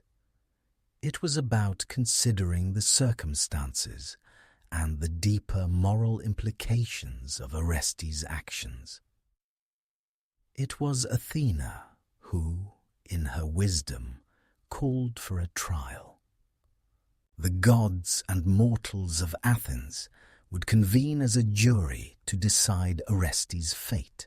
In this historic moment, Athena sought to establish a more sophisticated form of justice, one that balanced divine law with a consideration of human motivations and circumstances. Athena's role as the mediator between the Furies and Orestes was not just to defend him, but to represent a new paradigm of justice. She knew that, for true justice to be served, there needed to be room for mercy, and not every crime should be judged solely by its action, but also by the intention behind it. The trial itself was not just about Orestes' acquittal or punishment, but about setting a precedent for how divine law should operate. Athena recognized that the world could not function solely on the principles of relentless vengeance. If the Furies were allowed to continue their pursuit without regard to mercy or understanding, the world would fall into chaos, where every wrong could be avenged without an end. There needed to be a shift, an acknowledgement that justice also involved the possibility of redemption. In this sense, Athena's intervention was a turning point in Greek thought, signaling the need for a more thoughtful and comprehensive approach to justice. At the trial, the Furies made their case against Orestes, demanding his punishment for matricide. They represented the old, unforgiving laws of divine justice: an eye for an eye, a tooth for a tooth. Their argument was grounded in the belief that no crime, however justified, could escape punishment, especially when it violated the sacred bond between mother and child.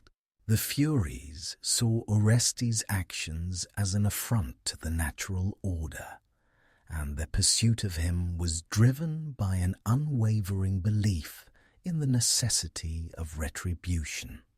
Athena, however, saw the larger picture. She acknowledged the crime Orestes had committed, but also recognized that it was an act motivated by divine command. He had sought to restore honor to his father's memory, fulfilling a duty that the gods had implicitly demanded. For Athena, this made Orestes' actions more complex than simply a murder. It was an act of justice in itself, driven by the need to avenge a wrong. Athena's intervention was not an endorsement of Orestes' crime, but a recognition that justice could not be delivered in a vacuum. Each situation had to be weighed with care, considering both the law and the larger moral context. The jury of gods and mortals deliberated, and Athena cast the deciding vote in favor of Orestes, declaring that he should be acquitted of the charge of matricide. This decision marked a profound shift in how divine justice was understood. While the Furies were not eliminated, their role was transformed.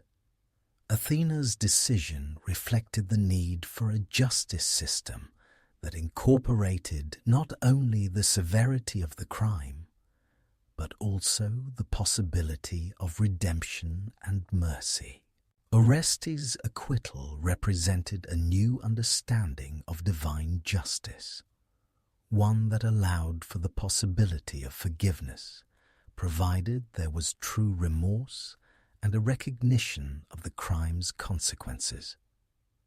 The Furies, in response to this shift, were not silenced, but instead transformed. Athena offered them a new role in the divine order, one that allowed them to continue protecting the moral fabric of society, but also to function with a more measured approach. The Furies became the Eumenides, the kindly ones, protectors of justice who could offer guidance and protection rather than unyielding vengeance. This transformation was a sign of the broader evolution of Greek thought, where justice was no longer just about punishment, but about the restoration of balance and the potential for mercy. Through Athena's intervention, the Furies, once symbols of inescapable wrath, were redefined as symbols of divine fairness. This moment in the myth marked the intersection of two opposing forces, retribution and mercy, and brought them into balance. Athena's wisdom allowed for the possibility that justice could be achieved without destruction, and that even those who had committed heinous acts could find a path to redemption.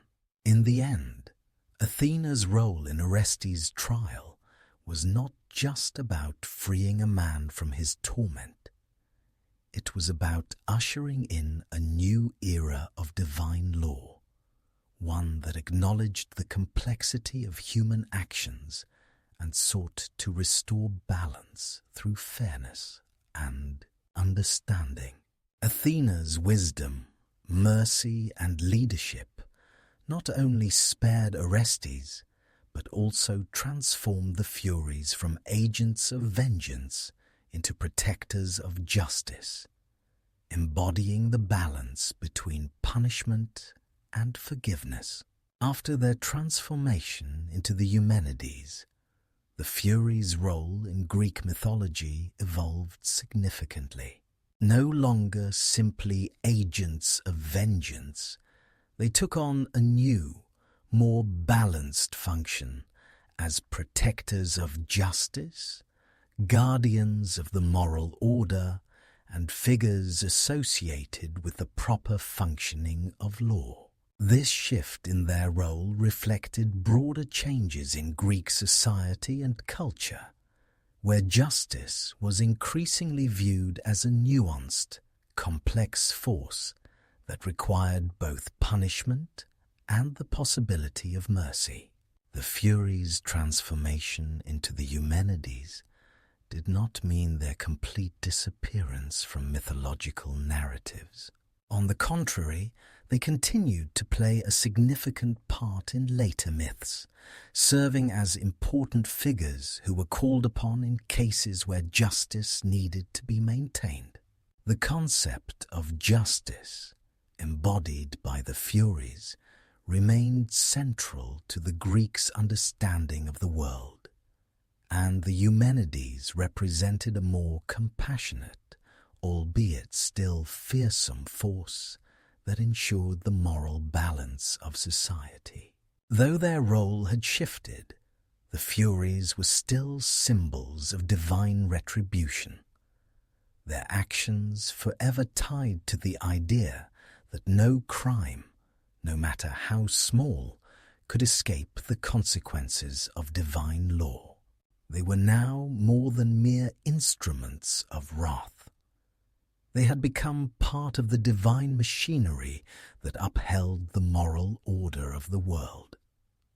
The Furies, as Eumenides, no longer pursued individuals with the relentless fury they once did.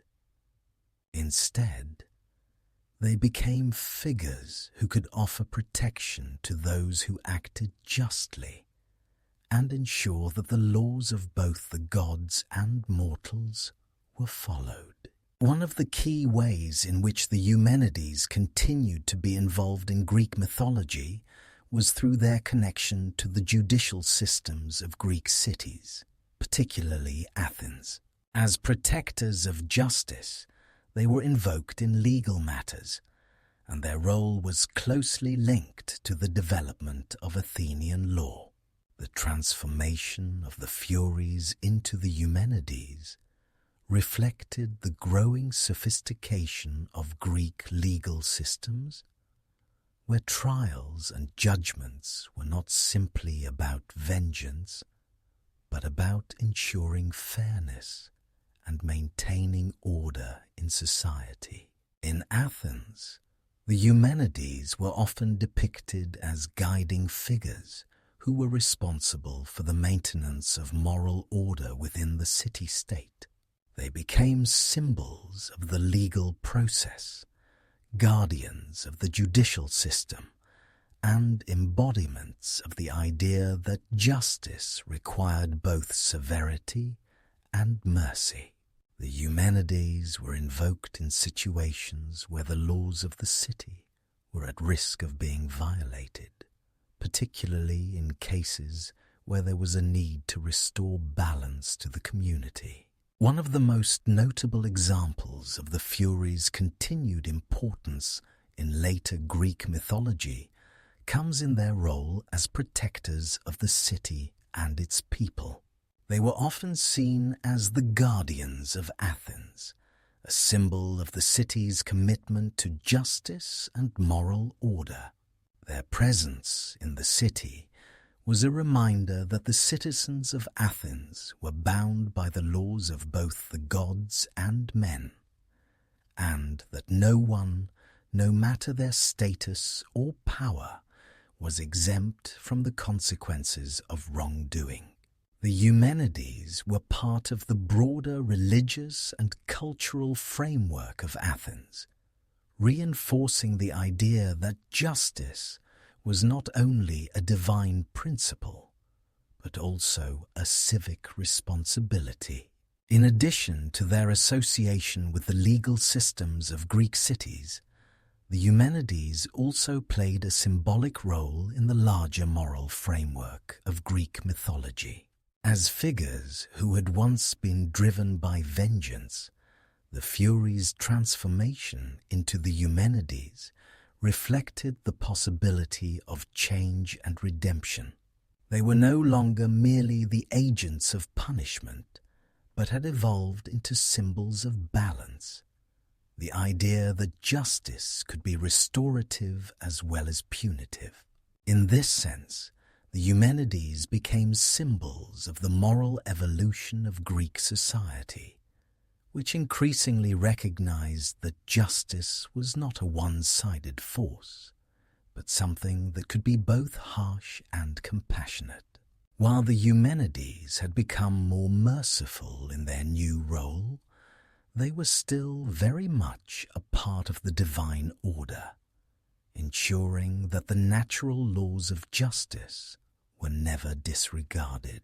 They were the embodiment of the idea that retribution was necessary, but so too was the possibility of reconciliation and redemption. The Eumenides did not disappear from the myths of later Greece. They became integral to the moral and legal fabric of society, symbolizing the ongoing struggle to balance punishment with the possibility of mercy. The continued presence of the Eumenides in Greek mythology also reflected the broader changes in Greek religious thought. As the Greeks developed a more nuanced understanding of divine justice, they began to view the gods not simply as punitive figures, but as forces that could bring balance and harmony to the world. The transformation of the Furies into the Eumenides was a reflection of this shift in thinking, as the ancient Greeks sought to reconcile the need for divine retribution with the recognition that mercy and forgiveness were also essential to a just society. The Eumenides thus came to symbolize a new understanding of justice in the ancient world, one that was not based solely on revenge and punishment, but on balance, fairness, and the recognition that every wrong had consequences. They became guardians of the moral order, protectors of the law, and figures of divine wisdom who embodied the complex, evolving nature of justice in both the human and divine realms. Their story is one of transformation, from the fierce and unforgiving agents of vengeance to the wise and merciful protectors of justice. This journey mirrors the changes in Greek society itself, an evolution from a world governed by retribution to one that embraced the possibility of forgiveness and redemption while still upholding the importance of law and order. The Eumenides remain a powerful reminder that justice is a dynamic, multifaceted force that must be continuously balanced and understood in relation to the greater good. As Greek mythology spread and evolved, many of its gods and mythological figures were adopted into Roman culture and religion. The Furies, known as the Erinyes in Greek, were also embraced by the Romans, though they took on a slightly different role in the Roman worldview. In the Roman world, the Furies continued to serve as symbols of divine retribution and justice, but their functions, names, and even their cultural significance transformed as Roman society developed its own legal and moral systems. In Roman mythology, the Furies were known as the Furiae, retaining much of their original association with vengeance, punishment, and justice.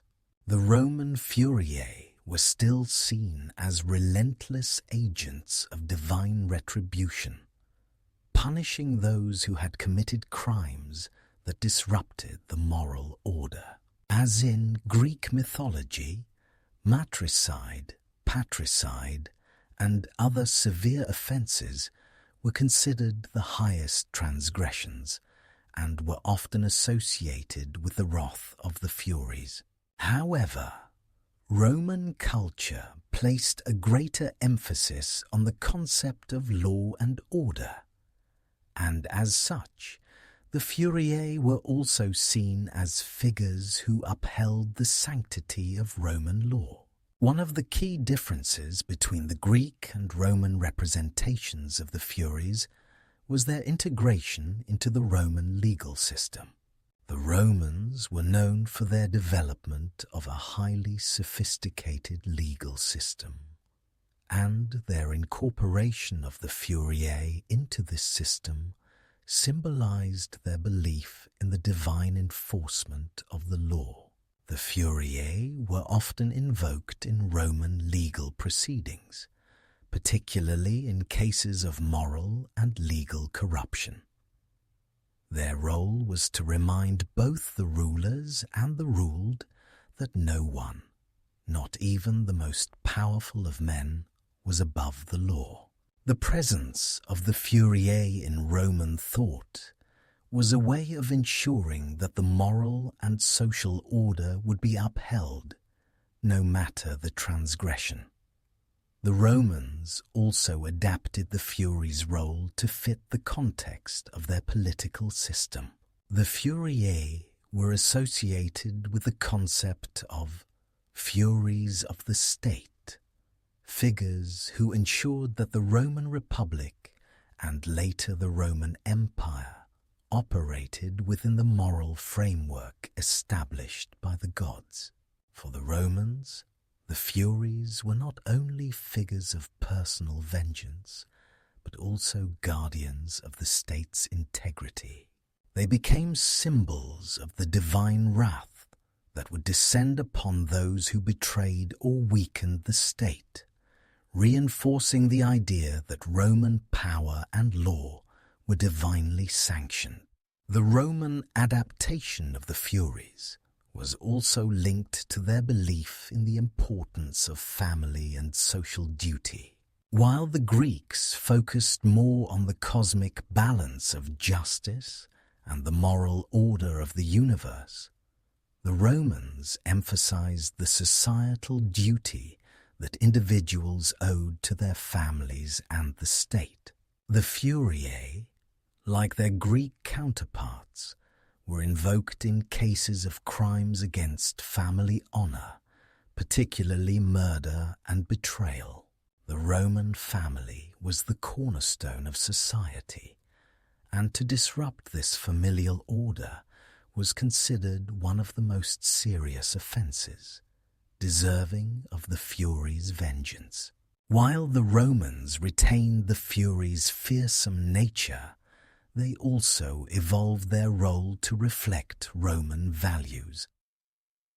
The Furiae were not just embodiments of wrath, but also protectors of Roman identity and the moral fabric of the state. As the Roman Empire grew in power and influence, the Furiae became symbols of the empire's unyielding moral code, reminding the people of Rome that divine law was always watching, and that any threat to the state's integrity would be met with swift and uncompromising punishment. Interestingly, as Roman thought evolved, the role of the Furies began to shift even further. While they remained figures of vengeance, their association with mercy and protection began to surface in later Roman interpretations. Similar to their Greek counterparts' transformation into the Eumenides, the Roman Furies were sometimes portrayed as figures capable of offering clemency, particularly in stories that focused on the restoration of order after chaos or rebellion. These stories began to reflect the Roman ideal of Pax Deorum, the peace of the gods, where justice and mercy were balanced to restore harmony within society. In literature, the Furies continued to appear as figures of retribution and punishment. Roman poets such as Ovid and Virgil kept the Furies firmly entrenched in the literary tradition, using them to symbolize the catastrophic consequences of defying the gods. In the Aeneid, Virgil depicts the Furies as agents of retribution who follow and torment the character of Turnus for his defiance of fate.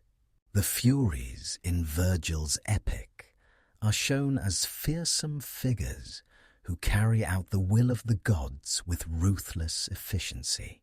This depiction reinforced their role as instruments of divine justice, reminding the audience that the gods' will was not to be ignored.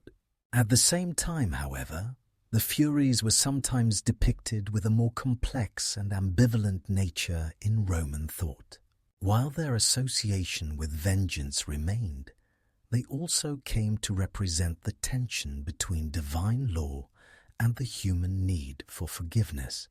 The shift in their role from the purely wrathful figures of Greek mythology to more multifaceted beings in Roman culture reflects the Roman interest in reconciling the forces of punishment and mercy, a theme that was central to the Roman legal system. Roman society, with its complex structure of laws, political institutions, and social obligations, required a more nuanced understanding of justice. The Furies, in this context, embodied the idea that justice could not simply be about vengeance. It had to be tempered with wisdom, fairness, and a recognition of the broader societal good. Just as the Romans established legal precedents that allowed for clemency and mercy, the Furies, too, evolved to reflect the possibility that even those who had committed great wrongs could find a way to restore balance. The Roman portrayal of the Furies as both figures of wrath and protectors of justice illustrates the continuing importance of divine law in Roman life. They were a reminder that morality, law, and order were not human constructs alone, but were shaped by the will of the gods. As such, the Furies served as enduring symbols of the idea that no crime could go unnoticed or unpunished, and that the divine forces governing the world would always ensure that justice was served even in the most complex and difficult cases. The Furies, or Erinyes, as they are known in Greek mythology, are central to the concept of retribution, which was deeply embedded in the moral and ethical frameworks of both Greek and Roman societies. They represent the primal, unwavering forces of divine justice, tasked with punishing those who transgress the natural laws of the gods. The Furies were not simply punishers of individual crimes. They were embodiments of the very principle that no wrongdoing, no matter how small or how powerful the wrongdoer, could escape divine consequence. Their pursuit of retribution, driven by their uncompromising nature, reflects the ancient understanding that justice was not negotiable but absolute. In the world of the ancient Greeks, the concept of retribution was inseparable from the idea of cosmic balance. The gods, in their creation of the world and its laws, established a natural order that governed not only the heavens and earth, but the relationships between mortals and immortals. This balance, however, was delicate and could easily be disrupted by human transgressions, particularly crimes like murder, betrayal, and dishonoring sacred oaths. When these natural laws were broken, the Furies were summoned to restore order through vengeance, acting as the enforcers of divine law. The ancient Greeks believed that the universe operated according to certain moral laws, principles of justice that were inextricably linked to the gods' will. These principles were not subject to human interpretation or negotiation. When individuals violated these principles, the consequences were inevitable, and the Furies were the divine agents responsible for ensuring that the wrongdoers paid the price. In this way, the Furies functioned not as figures of personal vengeance, but as essential instruments in maintaining the moral fabric of the universe. This idea of retribution as an unyielding and necessary force is most clearly demonstrated in the Furies' pursuit of Orestes, the tragic figure who killed his mother, Clytemnestra, to avenge his father, Agamemnon. While Orestes' crime was motivated by a divine command, the Furies were relentless in their pursuit of him because matricide, regardless of the circumstances, was an unforgivable crime in the eyes of the gods. For the Furies, Orestes' actions violated the natural order of family bonds and the sanctity of bloodlines. The Furies' pursuit was not about the specifics of the crime or the justice of Orestes' cause, but about the principle that no one, not even a son avenging his father, could escape the consequences of such a grave transgression. The Furies' role in the story of Orestes also highlights the broader societal implications of retribution. In ancient Greek thought, justice was not just a personal matter, but a public one that affected the entire community. Orestes' matricide was not just a family tragedy. It was a crime that threatened the stability of society itself. The gods and the Furies, as divine enforcers of justice, were tasked with restoring balance to the world and ensuring that moral order was maintained. In this sense, the Furies were not merely agents of punishment, but symbols of the cosmic forces that upheld the moral laws of the universe. While the Furies' relentless pursuit of retribution may seem harsh or unforgiving, it also reflected the Greeks' understanding of the consequences of moral corruption. The ancient Greeks believed that the integrity of society depended on the adherence to divine laws, and that the punishment of transgressions was necessary to ensure the stability of the world. In this framework, retribution was not an act of cruelty, but an essential part of the process of maintaining balance and order in the universe. The role of the Furies also connects to the ancient Greek belief in hybris, excessive pride or arrogance that led individuals to challenge the gods and the natural order. The Furies were often called upon to punish those who committed acts of hybris, as these acts were seen as direct defiance of the gods. The Furies' pursuit of justice in these cases was seen as a necessary corrective to the moral disorder caused by human arrogance. By punishing those who transgressed the natural laws, the Furies helped to maintain the balance between mortals and gods, reminding humanity of its place in the universe.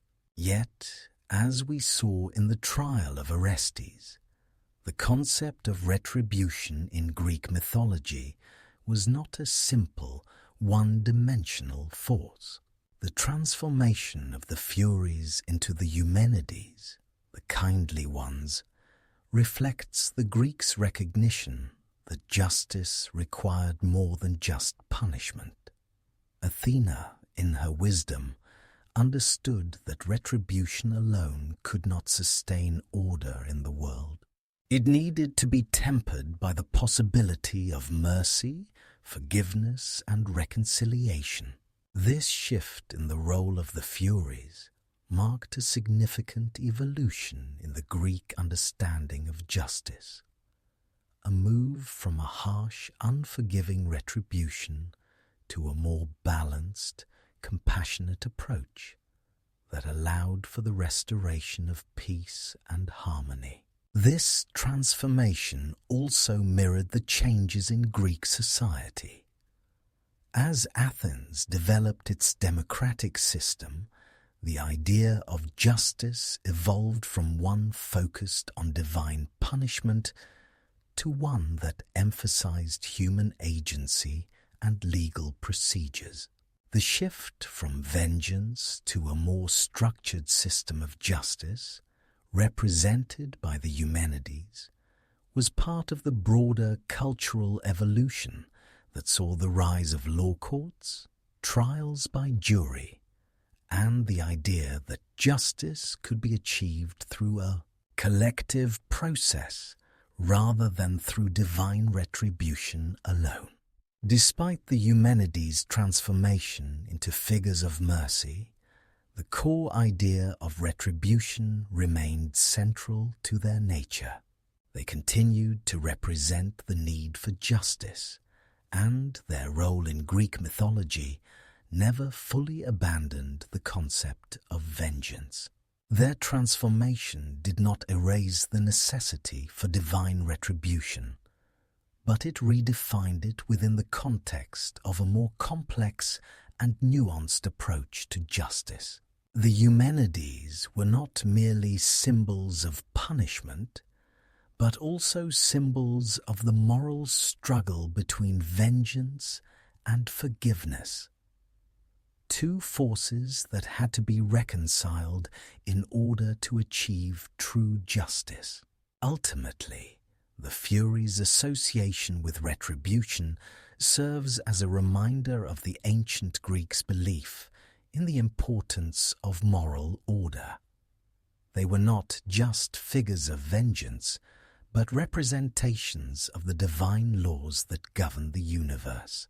Their pursuit of justice, though harsh, was essential for the stability of the world.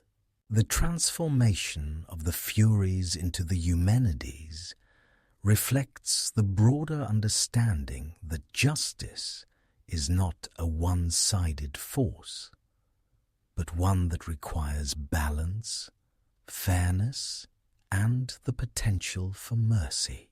The Furies, or Erinyes, represent an eternal principle in both Greek and Roman mythology, an unyielding force of justice that transcends time, place, and the mortal world. Unlike many other mythological figures whose roles may diminish or evolve over the centuries, the Furies' power and significance remained constant. rooted in their divine mandate to maintain moral order. Their existence embodied the idea that justice is not a fleeting or subjective concept, but an immortal, universal truth that will endure as long as the world exists. Justice, as represented by the Furies, was not always kind, nor was it governed by human perceptions of fairness. It was an immutable force, grounded in the cosmic laws of the gods. Their relentless pursuit of those who had transgressed the natural order highlighted the eternal nature of justice, which cannot be avoided, ignored, or undone. In Greek mythology, justice was more than a moral obligation. It was a sacred, unalterable law of the universe, one that demanded balance between right and wrong. And the Furies were the agents of that balance. The idea of immortal justice is woven throughout the Furies' mythological journey. When the Furies first emerged from the blood of Uranus, their primary role was to ensure that divine laws were followed, that crimes such as murder, perjury, and betrayal did not disrupt the natural harmony. Their very creation was a sign that the gods took the issue of cosmic balance seriously, and that violations of divine law would never be tolerated. The Furies were born from a violent act, the castration of Uranus by his son Cronus. Yet their purpose was not to perpetuate violence, but to uphold the moral order, making sure that no wrongdoing went unpunished. In this context, the Furies symbolize the eternal nature of retribution.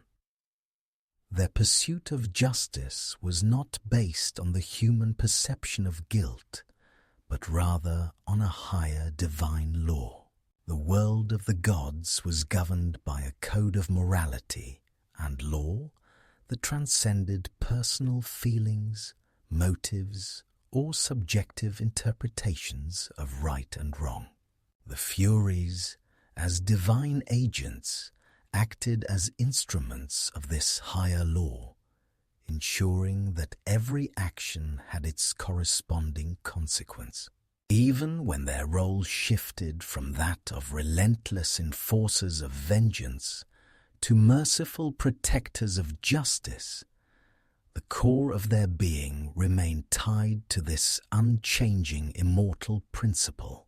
The Furies' transformation into the Eumenides, the kindly ones, represented the evolving understanding of justice.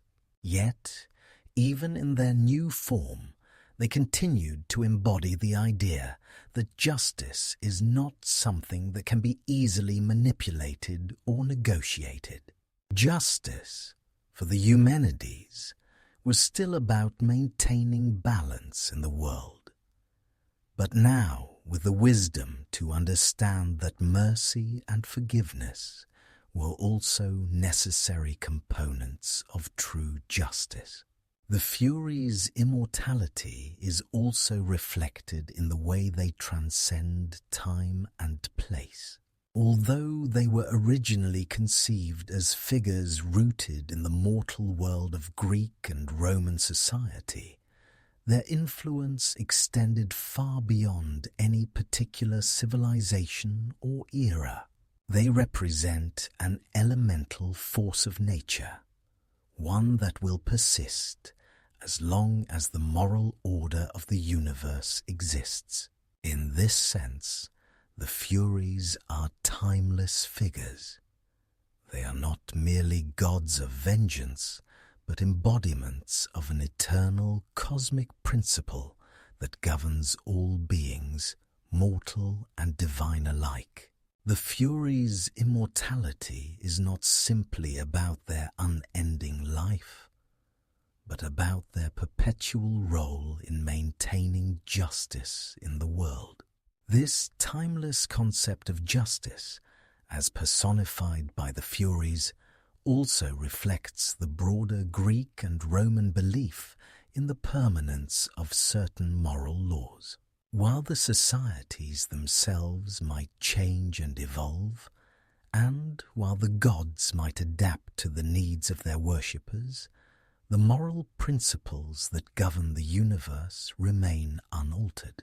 The Furies are part of this unchanging cosmic order, forever pursuing those who violate the sacred laws, ensuring that justice is always done. Even in the modern world, the Furies continue to resonate as symbols of justice. They have been adopted into literature, philosophy, and law as representations of the moral forces that drive the need for accountability. They stand as timeless figures, reminding us that actions have consequences, that no wrong goes unpunished, and that justice, even when harsh, is an eternal necessity. The Furies remind us that justice is not a human construct, but a universal force that governs all beings, regardless of time or place. In the context of modern-day legal systems, the idea of immortal justice resonates strongly. The Furies are often invoked in discussions about the necessity of punishment for wrongdoing, particularly when the crime is so severe that it threatens the very fabric of society. The Furies' unyielding pursuit of justice reflects the belief that law enforcement and judicial systems must hold individuals accountable for their actions, especially when they disrupt the balance of moral order. The Furies also continue to be symbols of the importance of retribution in human society. While modern justice systems may not always embrace the same methods of punishment that the Furies represented in ancient mythology, the underlying principle remains the same, that justice must be served, and those who transgress must face the consequences of their actions. The Furies' pursuit of retribution serves as a reminder that punishment is an essential part of maintaining balance in society, even if the methods of delivering justice have changed. Ultimately, the immortality of the Furies is a testament to the enduring power of justice. They are timeless figures who serve as both a warning and a promise that no wrong will go unpunished and that the moral balance of the world will always be restored, no matter how long it takes.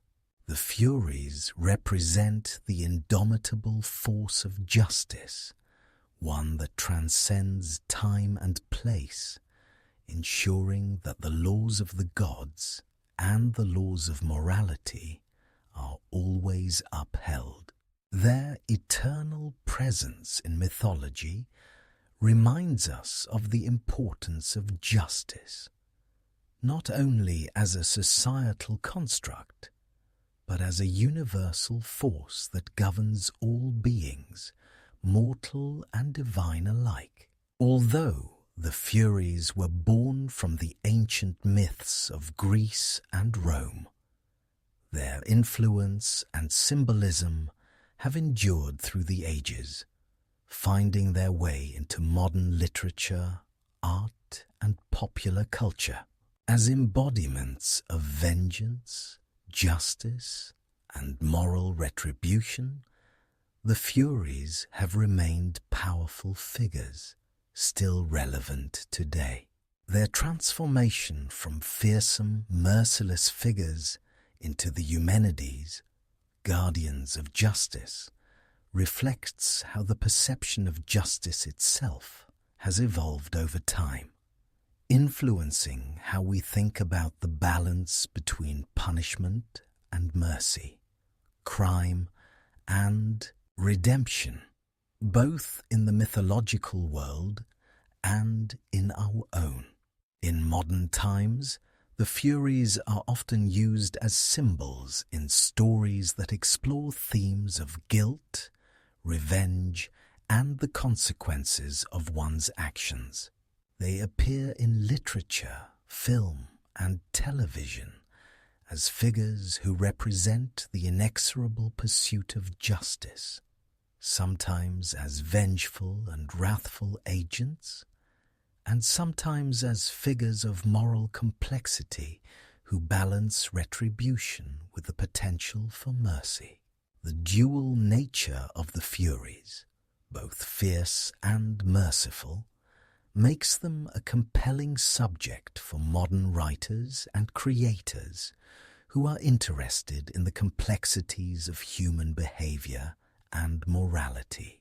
One of the most notable literary works that draws on the Furies is William Blake's Vala, or The Four Zeus, where the Furies appear as manifestations of vengeance and divine judgment. In this context, they embody the consequences of unchecked passion and the inevitable results of moral transgression. Their pursuit of vengeance serves as a reminder of the consequences of human actions, echoing the ancient Greek and Roman understanding of justice, where no crime could be committed without facing retribution. Similarly, in modern plays, novels, and films, the Furies often appear as figures who embody the psychological weight of guilt and the relentless drive for justice. In many cases, their presence in contemporary works serves as a metaphor for the internal struggles individuals face when dealing with the consequences of their actions. Characters who feel guilt or shame for past wrongs are often depicted as haunted by figures akin to the Furies, as they cannot escape the burden of their transgressions. In this way, the Furies serve as symbols of the inescapable nature of moral responsibility. In film and television, the Furies often appear as supernatural or otherworldly beings who serve as agents of punishment. Their role in these stories reflects a modern understanding of justice that is both moral and emotional.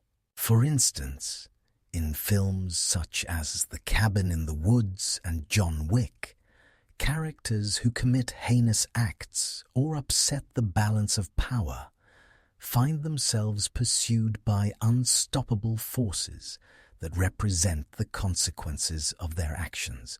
These forces are akin to the Furies, relentless and unyielding, ensuring that justice is served regardless of the human cost. The modern interpretation of the Furies also explores the possibility of their transformation from figures of wrath to figures of redemption. Just as the Furies evolved in Greek mythology into the Eumenides, modern depictions of these figures sometimes highlight the possibility of reconciliation and forgiveness. In works that engage with themes of moral ambiguity, the Furies are occasionally portrayed as figures who may offer redemption or release from punishment, depending on the circumstances and the desires of the characters involved.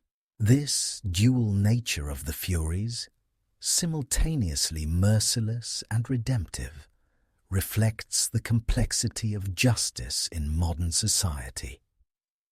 Justice is no longer seen as a one-dimensional force where punishment is always appropriate.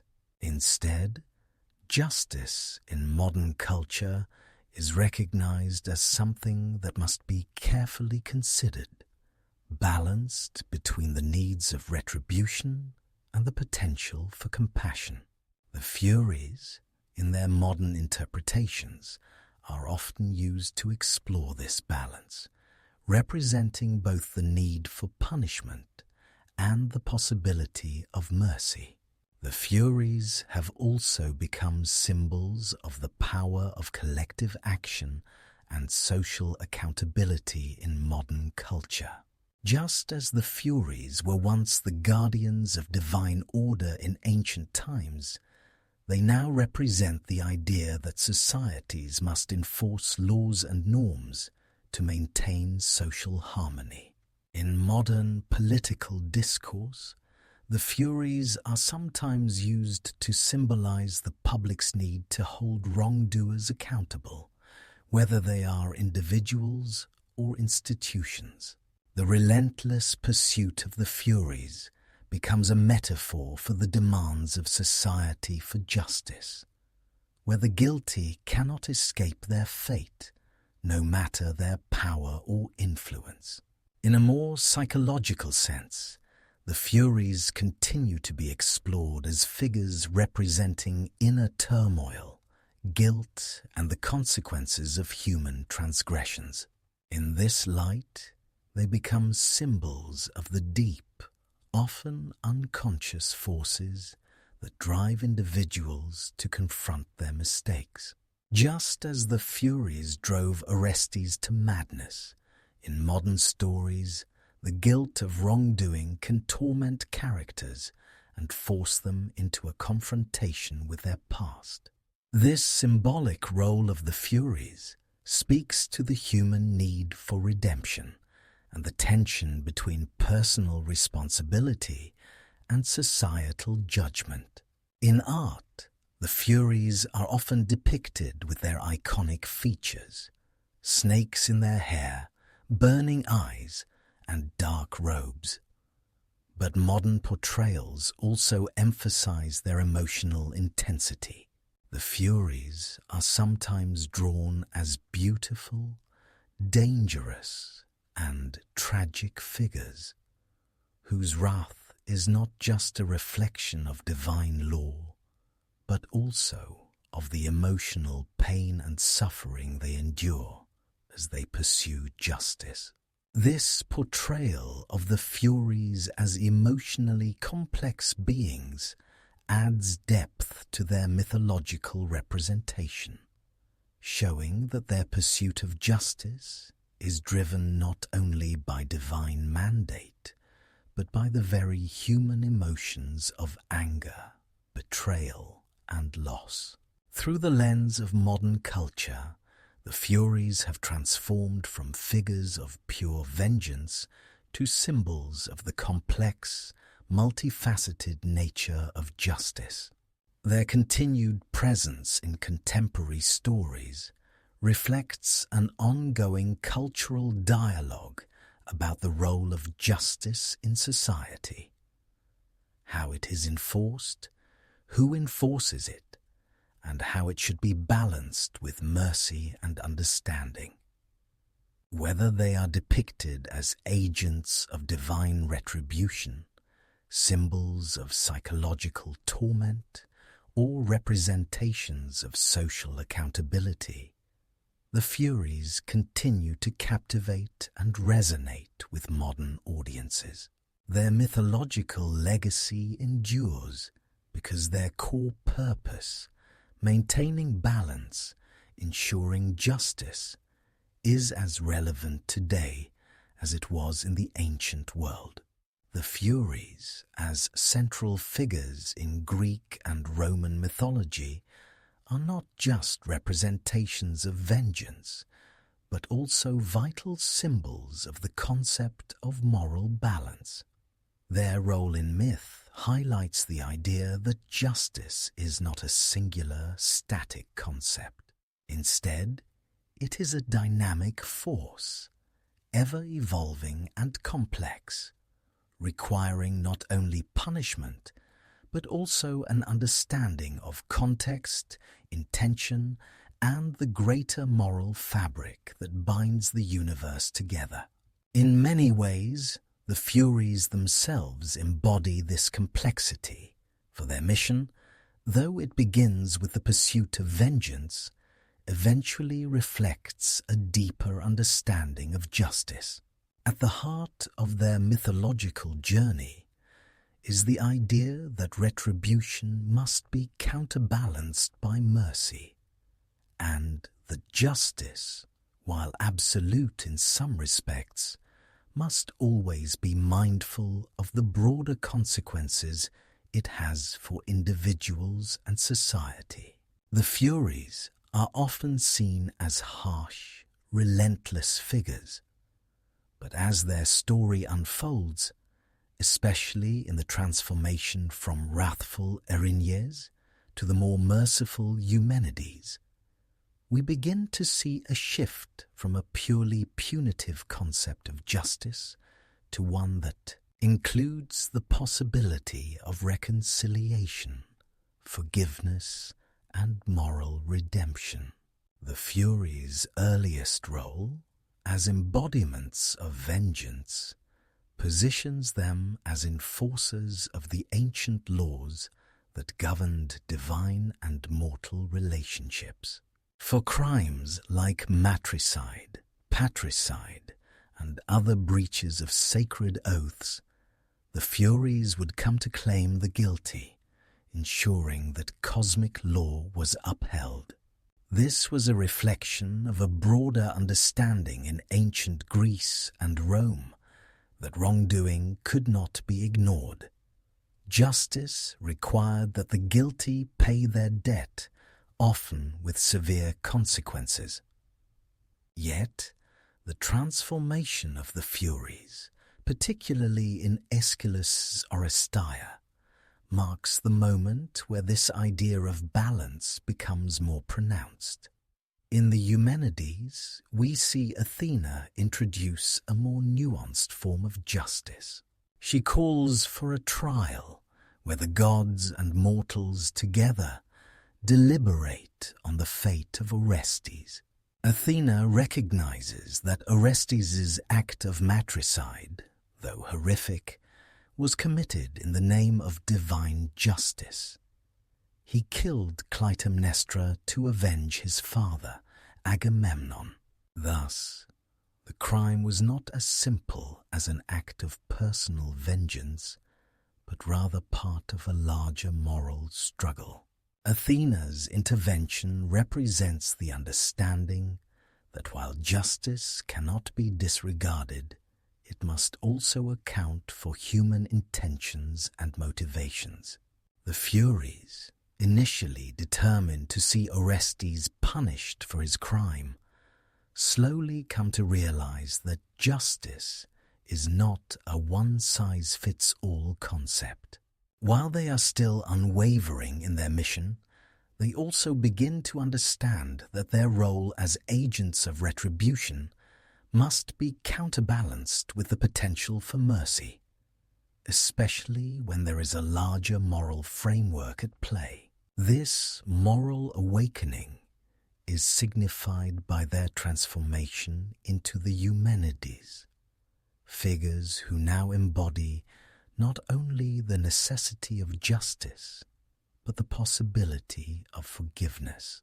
This concept of moral balance, where justice is tempered by understanding, wisdom, and the potential for redemption, continues to resonate with modern concepts of fairness and justice.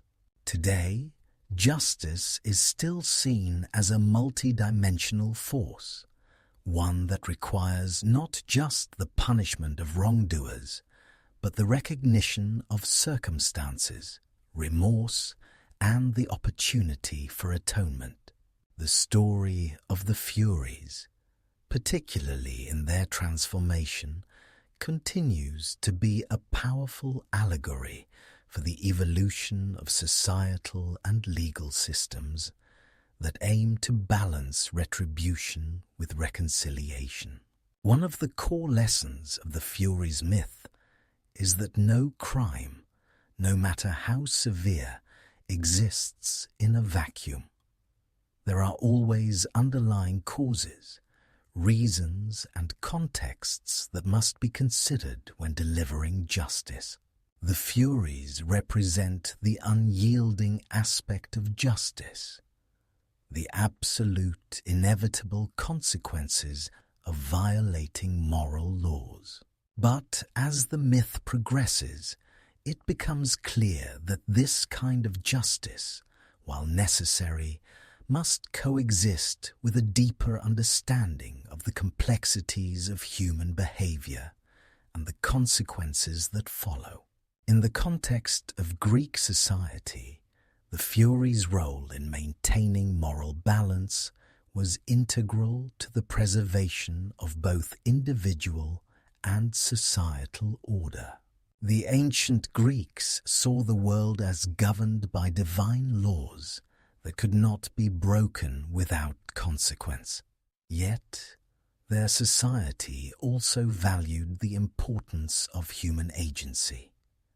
Individuals had the power to make choices and were held responsible for their actions. In the case of Orestes, the Furies' pursuit of vengeance was rooted in the unyielding belief that divine law must be upheld.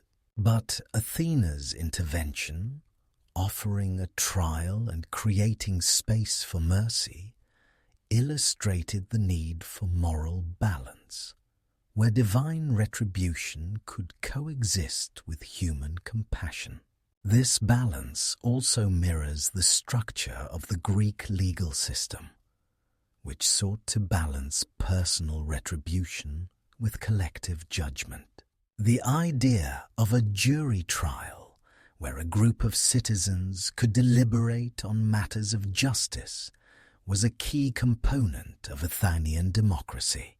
By incorporating both divine intervention and human judgment, the Greek legal system recognized that justice was not just about punishment, but also about understanding the broader consequences of one's actions.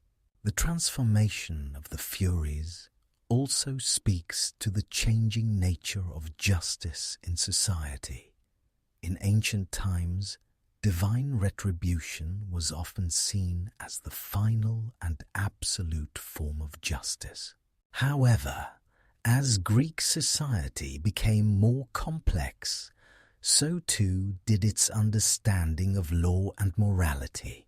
The shift from the Furies' relentless vengeance to the Eumenides' more merciful role symbolizes a society that recognized the importance of forgiveness and redemption within the framework of justice. It suggests that true moral balance requires more than just punishment. It requires the possibility of change and growth. In the modern world, the Furies' evolution from merciless pursuers of vengeance to figures of justice and mercy continues to resonate. Contemporary societies still grapple with the question of how to balance retribution with the potential for rehabilitation. The idea that justice must always consider context, intention, and the possibility of redemption is reflected in modern legal systems, which often allow for appeals, parole, and restorative justice programs. Like the Furies, modern systems of justice strive to maintain a balance between punishment and mercy, ensuring that the wrongdoer is held accountable while also leaving room for the possibility of change. Ultimately, the Furies' journey from wrathful agents of retribution to the Eumenides, symbols of balanced justice, offers a timeless lesson. True justice is not simply about vengeance, but about understanding, fairness, and the possibility of moral reconciliation. In this way, the Furies remain not just figures of ancient myth, but enduring symbols of the complexities of justice itself. The Furies, often portrayed as agents of divine wrath and unyielding justice, also embody profound truths about the human condition. Through their pursuit of vengeance and their eventual transformation, they represent not just the concept of cosmic justice, but also the emotional, psychological, and moral struggles that all individuals must face when confronted with their own guilt, responsibility, and the consequences of their actions. In many ways, the Furies serve as mirrors to humanity, reflecting the inner turmoil and pain that come with transgressions and the burden of guilt. Their relentless pursuit of the guilty is not just a physical chase. It is a psychological and emotional journey that mirrors the internal struggle that many individuals experience when they violate their own moral code or break societal laws. The Furies are the embodiment of the consequences of wrongdoing, and their presence in Greek and Roman mythology is a reminder that no one is immune to the weight of their actions. In the myth of Orestes, for example, the Furies pursue him, not just because of the crime he has committed, but because of the emotional and moral complexity of that crime. Orestes kills his mother, Clytemnestra, in the name of vengeance. But this act is not without its toll on him. Orestes is tormented by guilt and confusion, struggling with the conflict between his duty to avenge his father and the horrifying nature of his actions. The Furies' pursuit of Orestes mirrors his own internal chaos, as they drive him to madness, forcing him to confront the emotional and psychological costs of his crime. This connection between the Furies and the human condition is not limited to Orestes, but extends to all who fall prey to their justice. The Furies do not merely punish, they serve as a constant reminder of the weight of guilt and the need for atonement. Their unrelenting pursuit forces individuals to confront the consequences of their actions in a way that can never be ignored or swept under the rug. The Furies represent the uncomfortable truth that every action has consequences, and that sometimes those consequences are unavoidable. In this sense, the Furies are not just divine agents of punishment, but reflections of the human struggle to reconcile with one's past. They represent the emotional burden of guilt and the need for moral reckoning. Just as the Furies follow those who have committed grievous wrongs, the psychological weight of guilt follows individuals, constantly reminding them of their actions, demanding atonement, and pushing them to seek redemption. The pursuit of justice, as represented by the Furies, is as much an internal journey as it is an external one. Furthermore, the Furies' role in Greek and Roman mythology highlights the universality of justice. Their presence is not limited to one group of people or one culture. They exist across time and space as symbols of the inherent need for moral order. The idea that justice must be served, that wrongs must be righted, is a concept that transcends culture and time, and the Furies represent that eternal truth. They remind humanity that justice is not negotiable. It is a fundamental part of the moral fabric that holds the universe together.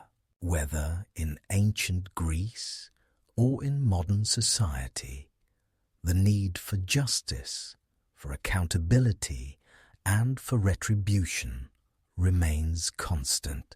But, as their transformation into the Eumenides suggests, justice is not only about vengeance, it is also about healing and reconciliation. The Eumenides represent the possibility of moving beyond the trauma and guilt associated with wrongdoing. They embody the notion that, while the consequences of one's actions cannot be erased, there is always the possibility for redemption and for the restoration of balance. In this way, the Furies' evolution serves as a reminder that justice is not merely punitive, but also restorative. It is about finding a way to heal, to reconcile with the past, and to move forward into a more just and harmonious future. This balance between punishment and redemption is essential to understanding the Furies' role in the human experience. Their presence in mythology highlights the tension between retribution and forgiveness, the struggle between the need for accountability and the desire for mercy. The Furies, in both their wrathful and merciful forms, serve as a mirror to the human condition, reminding us that justice must be balanced by compassion, and that the pursuit of retribution must always be tempered by the possibility of reconciliation. The psychological impact of the Furies' pursuit is also deeply tied to the concept of karma, the idea that actions have consequences that reverberate through time. The Furies' relentless pursuit of those who have committed wrongs is a reflection of the belief that moral law cannot be broken without consequence.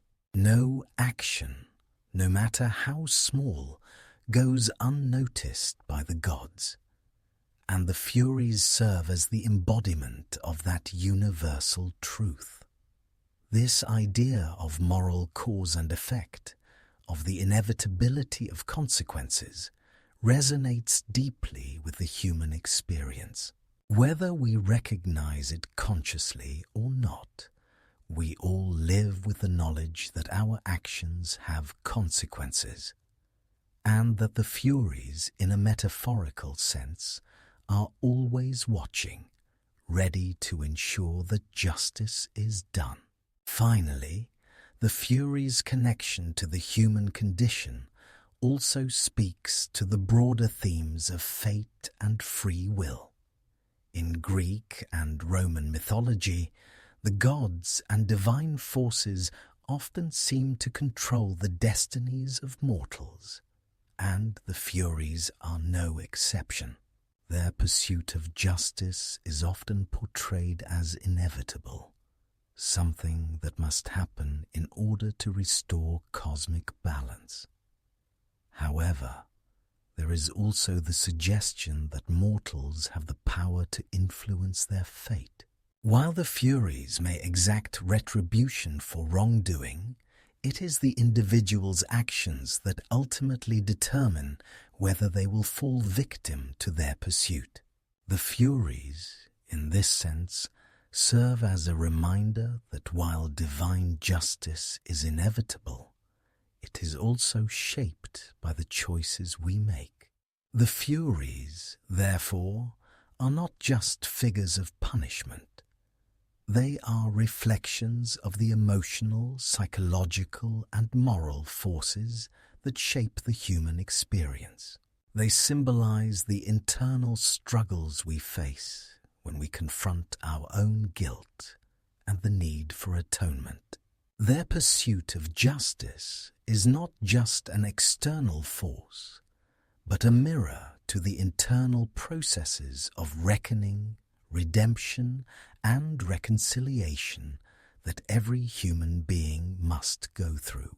The conclusion of the Oresteia, Aeschylus's epic trilogy, marks a significant turning point in the role of the Furies. In the final play of the series, the Eumenides, the Furies, once embodiments of relentless vengeance, undergo a profound transformation. Their journey from fearsome enforcers of divine retribution to the Eumenides, the kindly ones, reflects the broader themes of justice, mercy, and reconciliation that permeate the Oresteia. This transformation is not only crucial to the fate of Orestes, but it also symbolizes a shift in the Greek understanding of justice itself. In the earlier plays of the trilogy, particularly in Agamemnon, the Furies are introduced as powerful figures who pursue those who have committed heinous crimes, such as murder and betrayal. Their pursuit is not just personal, but cosmic, a reminder that the gods' laws cannot be violated without consequence. The Furies embody the idea that retribution is inevitable, and their pursuit of Orestes is the ultimate manifestation of this law. However, by the time we reach the Eumenides, the Furies' role shifts dramatically. Orestes, having avenged his father by killing his mother, Clytemnestra, finds himself pursued by the Furies, who torment him mercilessly. The Furies demand justice, and their pursuit of Orestes is both an external punishment and a manifestation of the inner guilt that he feels. However, the gods themselves, led by Athena, soon intervene, recognizing the need for a new form of justice, one that balances retribution with mercy. In the Eumenides, Athena calls a trial to determine the fate of Orestes. The Furies are summoned as accusers, and Apollo, Orestes' defender, argues that the matricide was justified. The trial itself is a pivotal moment, as it forces the Furies to confront the very concept of justice. While they are deeply committed to vengeance, they must also grapple with the idea of mercy and forgiveness. Athena, recognizing the importance of both divine justice and human understanding, offers a solution that redefines the role of the Furies. Athena's intervention is crucial in transforming the Furies from figures of unrelenting vengeance to symbols of divine protection and balance.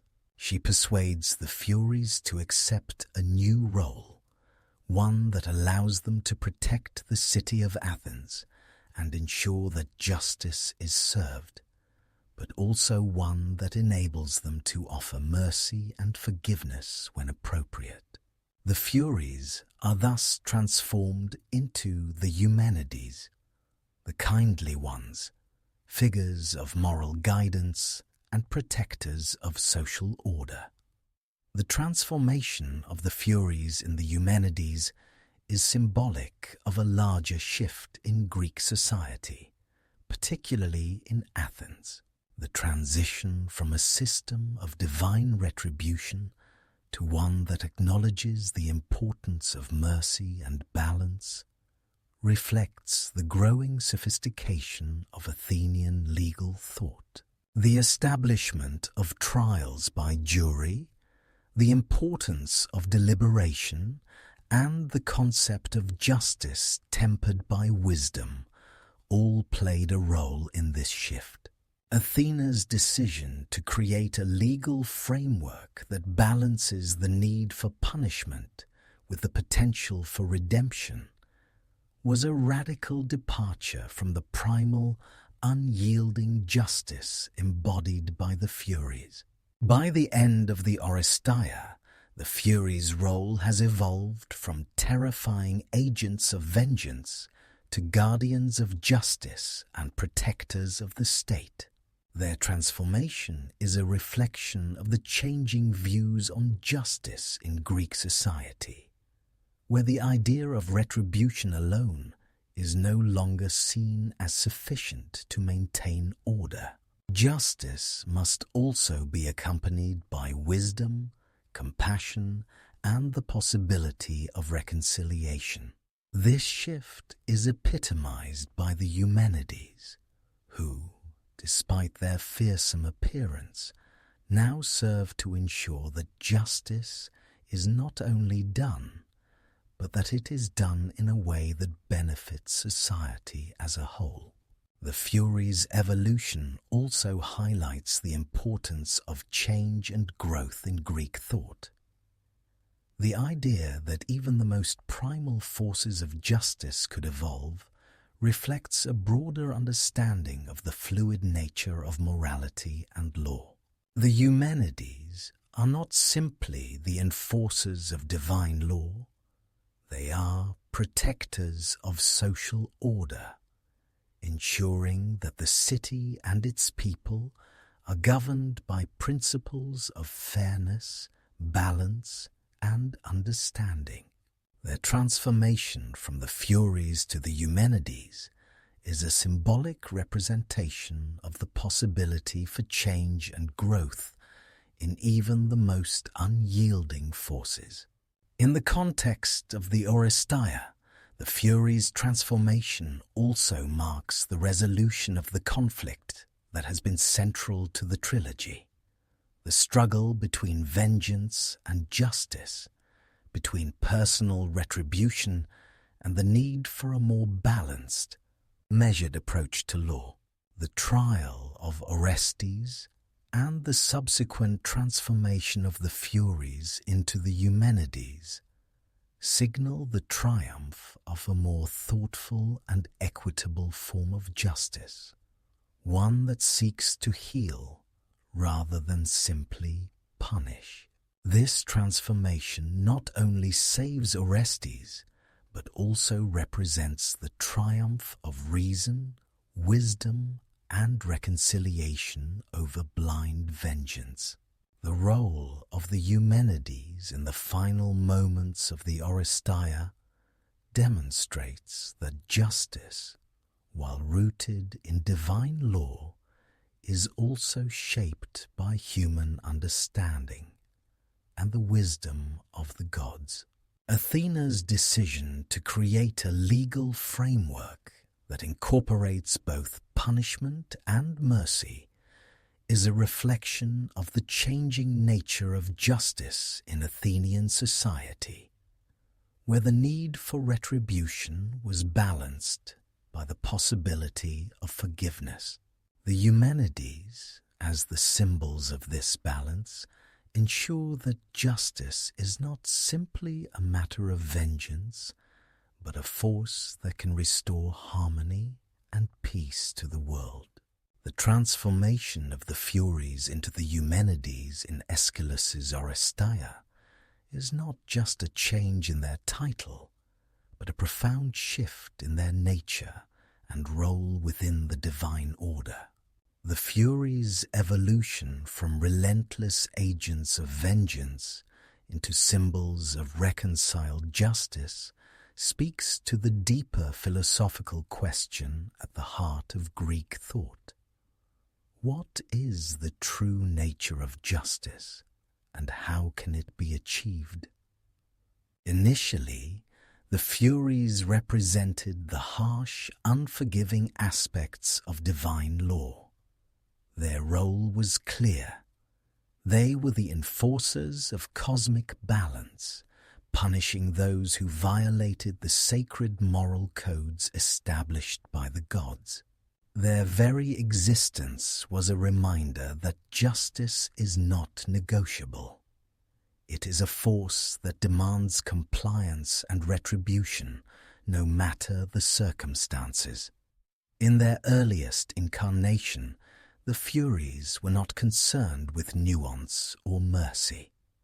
Their pursuit was singular, to ensure that transgressions did not go unpunished, no matter how great or small. However, as the Oresteia unfolds, it becomes apparent that the pursuit of justice cannot be maintained solely through retribution.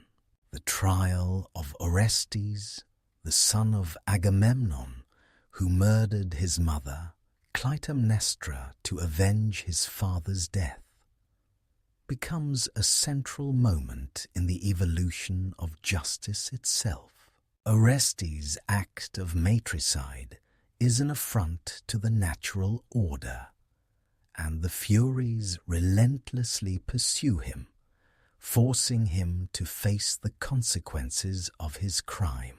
But as the gods deliberate over his fate, it becomes clear that justice is more complex than merely following the letter of the law. Athena, the goddess of wisdom and justice, intervenes and calls a trial to determine Orestes' fate. Apollo, the god who had initially instructed Orestes to kill Clytemnestra, defends him, arguing that the matricide was justified because it was done in the name of avenging his father's death. The Furies, however, insist that Orestes must be punished for his crime, regardless of the motivations behind it. This moment is a profound clash between the old, rigid system of justice, embodied by the Furies, and the new, more balanced approach championed by Athena. The trial itself is more than just a decision about Orestes' fate. It is a symbolic moment that explores the tensions between vengeance and forgiveness, punishment and mercy. Athena's intervention, casting the deciding vote in favor of Orestes, signals the birth of a new form of justice, one that does not ignore the severity of crimes, but also considers the possibility of redemption and the greater good. The Furies, in their desire for absolute retribution, cannot reconcile with this new understanding of justice. But Athena, ever wise, offers them a path forward. They will be transformed into the Eumenides, the kindly ones, protectors of justice who balance retribution with compassion. The Furies' transformation into the Eumenides is not just a shift in their role, but a symbolic reconciliation of justice. The Furies represent the necessary force of punishment that ensures the moral order of the world is upheld. Yet, through Athena's intervention, they come to represent a more complex and restorative form of justice, one that can heal and restore, not just punish. The Eumenides are still embodiments of divine law, but they now reflect the possibility of mercy and redemption. They serve as a reminder that while justice must be uncompromising, it must also be fair, wise, and, at times, merciful. The reconciliation of justice through the Furies' transformation is particularly significant in the context of ancient Greek society, where the concepts of retribution and mercy were central to the moral and legal fabric of life.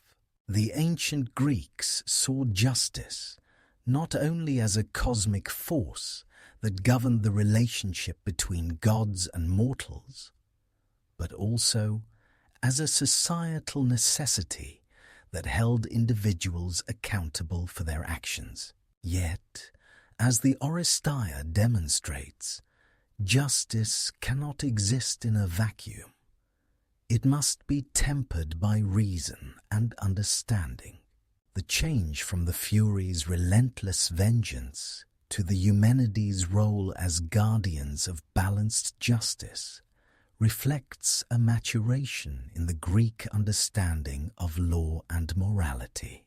In many ways, the Eumenides embody the ideal of dike, the Greek concept of justice, which emphasizes both the enforcement of law and the reconciliation of wrongdoers with society.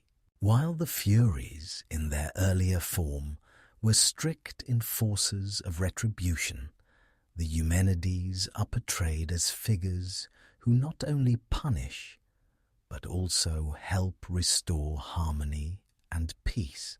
Their role as protectors of the city of Athens symbolizes the idea that justice must serve the community, not just the individual. In this new role, the Eumenides provide a sense of moral order, ensuring that wrongs are righted, but also allowing for the possibility of healing. In the modern context, the reconciliation of justice symbolized by the Eumenides resonates with contemporary understandings of law. Just as ancient Greek society grappled with the balance between punishment and forgiveness, modern legal systems continue to wrestle with these same questions. While retribution is necessary in cases of serious crime, there is also a growing recognition of the importance of rehabilitation and restorative justice.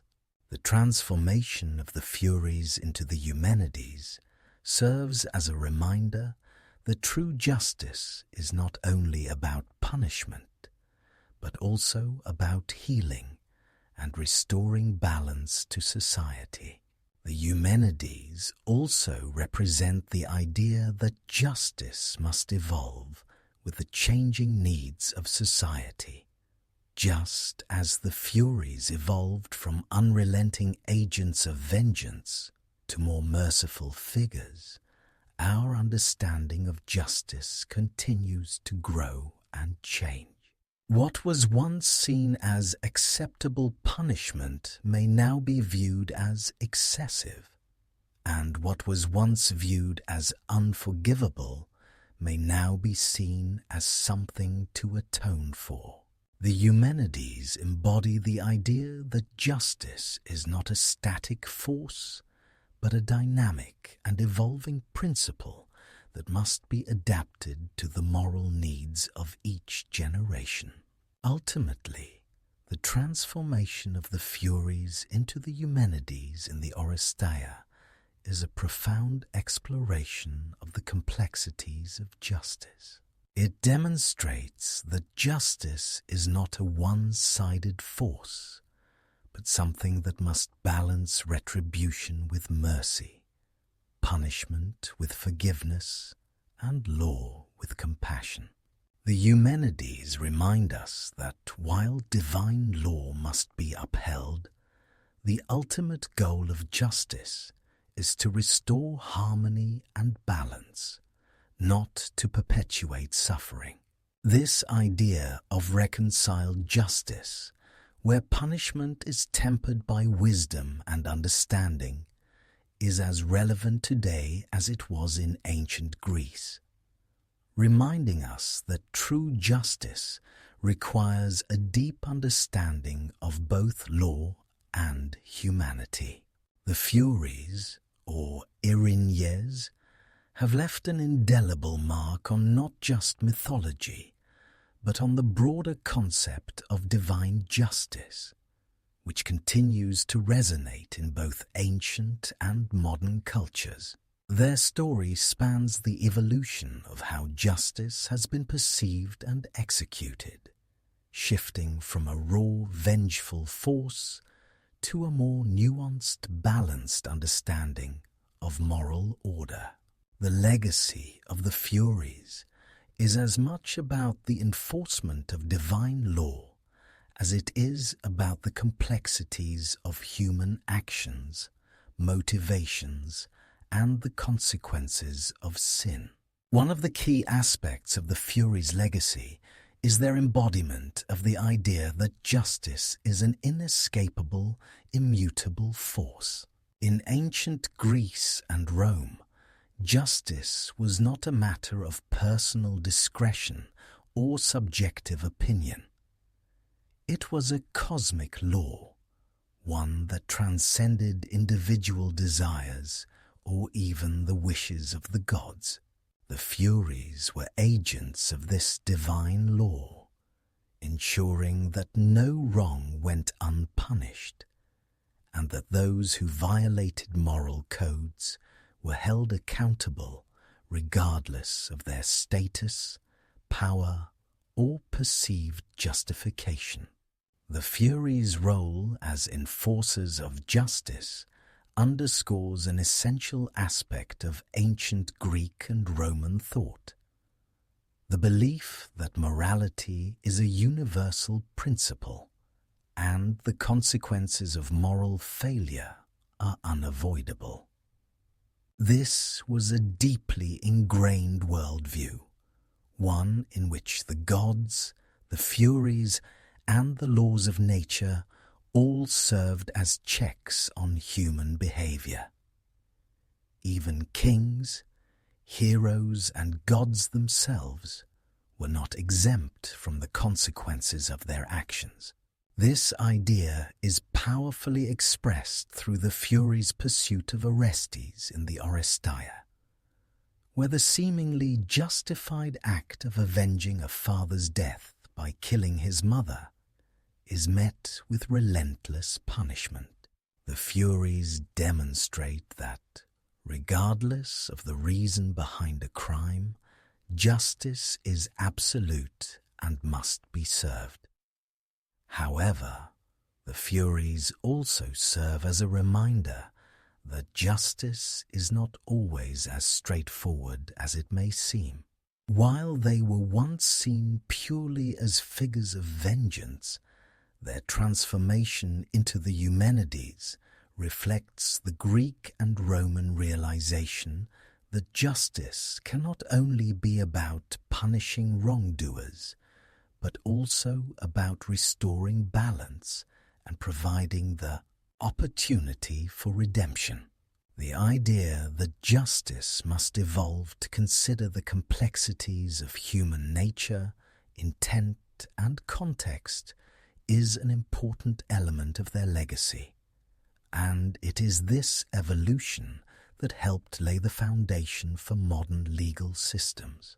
In the Oresteia, the Furies' eventual transformation into the Eumenides marks the moment where divine law begins to take on a more complex and human-centered form. Athena, the goddess of wisdom, intercedes to create a new paradigm of justice, one that balances punishment with the potential for mercy. This transformation of the Furies signifies the emergence of a more sophisticated legal system, one that recognizes the need for retribution, but also acknowledges that justice must be tempered by wisdom, compassion, and understanding. The Eumenides, as protectors of justice, serve as symbols of the importance of fairness and balance in the legal and moral order. Their legacy is not simply one of punishment, but of the possibility for reconciliation and moral growth. This evolution reflects the larger moral and philosophical development within Greek society.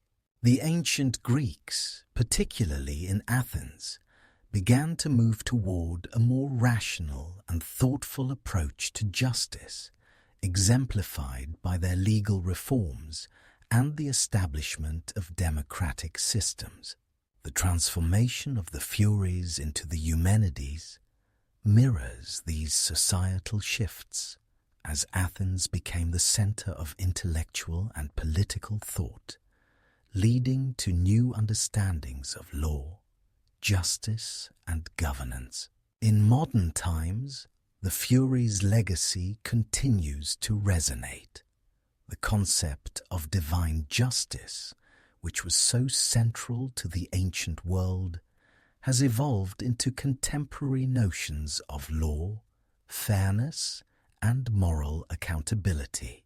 The Furies' unyielding pursuit of justice serves as a metaphor for the importance of holding individuals accountable for their actions, regardless of their status or justification. Their pursuit also reminds us that no one, not even the most powerful or the most righteous, is immune from the consequences of their actions. The Eumenides, as the kindly ones, represent the evolving nature of justice, one that includes not only punishment, but also forgiveness and the possibility of redemption. Their legacy speaks to the ongoing human struggle to find a balance between retribution and mercy. Modern legal systems, particularly those in democratic societies, reflect this balance, as justice today is understood not only as a tool for punishment, but also as a means of restoring order and providing opportunities for atonement and change. The Furies' legacy also extends into the realm of psychological and moral philosophy. They symbolize the inescapable nature of guilt and the need for individuals to face the consequences of their actions. The Furies' role as tormentors of the guilty mirrors the internal psychological processes that individuals often experience when they have committed wrongdoing. Guilt, like the Furies' pursuit, is a relentless force that follows individuals until they come to terms with their actions and find a way to reconcile with their past. In this sense, the Furies represent not just the external consequences of sin, but the internal struggle for redemption. In literature, the Furies have inspired countless works that grapple with themes of guilt, justice, and morality.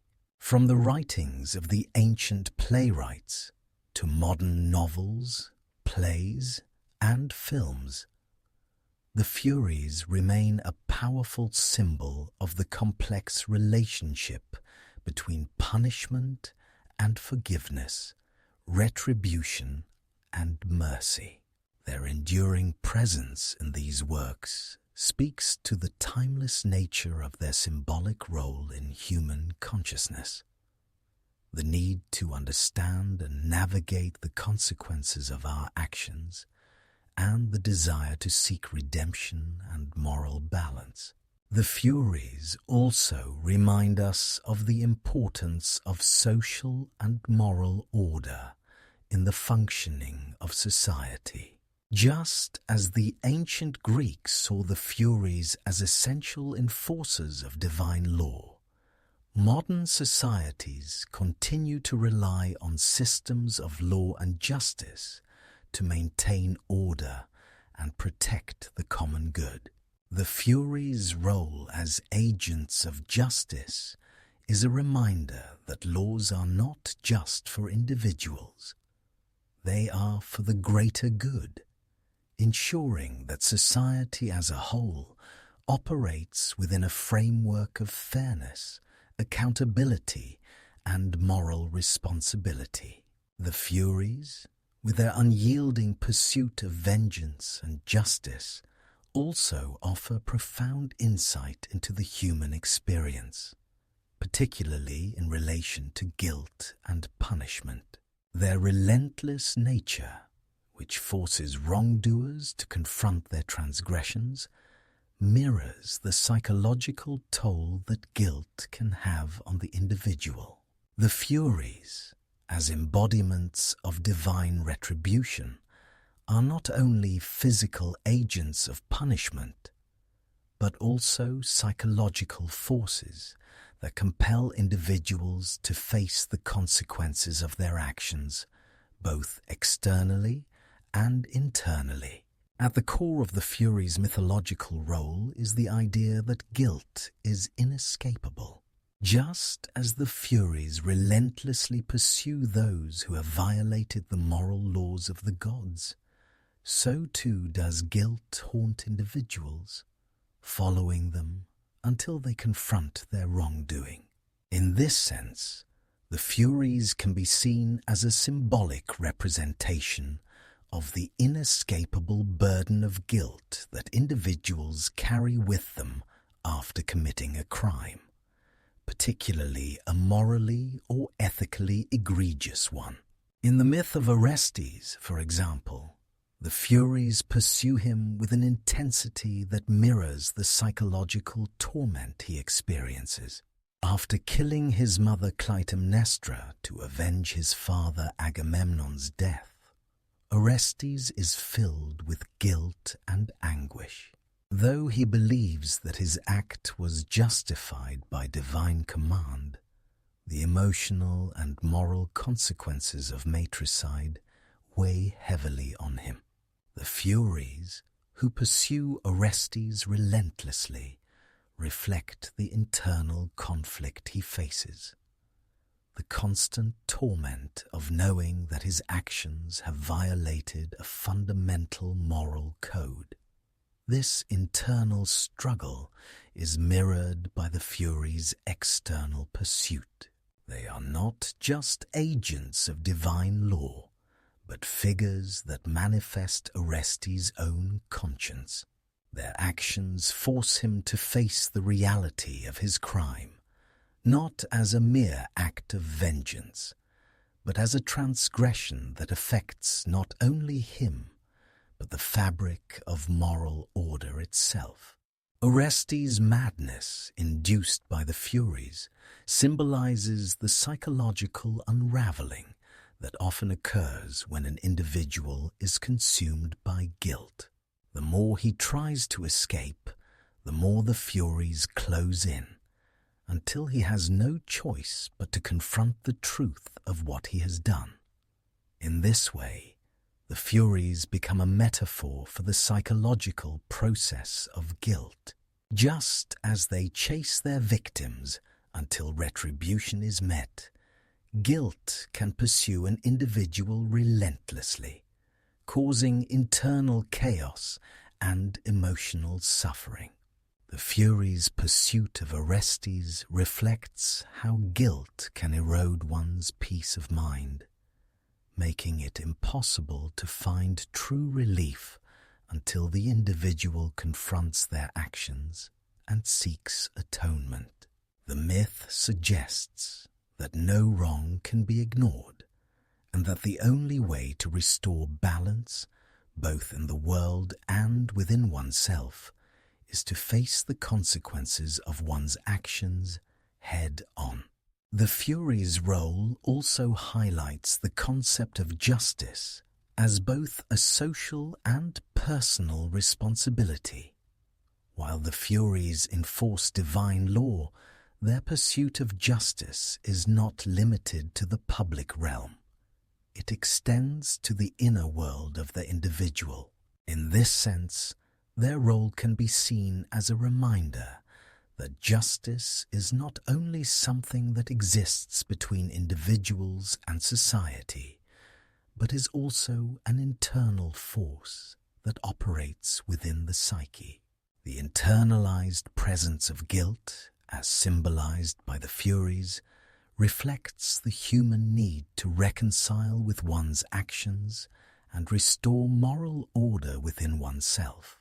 The transformation of the Furies into the Eumenides, the kindly ones, marks a shift in the understanding of justice, not only in the external world, but in the realm of personal healing. In the Eumenides offer a path to resolution for Orestes, helping him break free from the endless cycle of guilt and retribution. This change symbolizes the possibility of redemption, not just from external punishment, but from the internal torment that guilt causes. The Eumenides' role in this transition speaks to the idea that true justice, while maintaining moral order, also allows for the possibility of healing and reconciliation.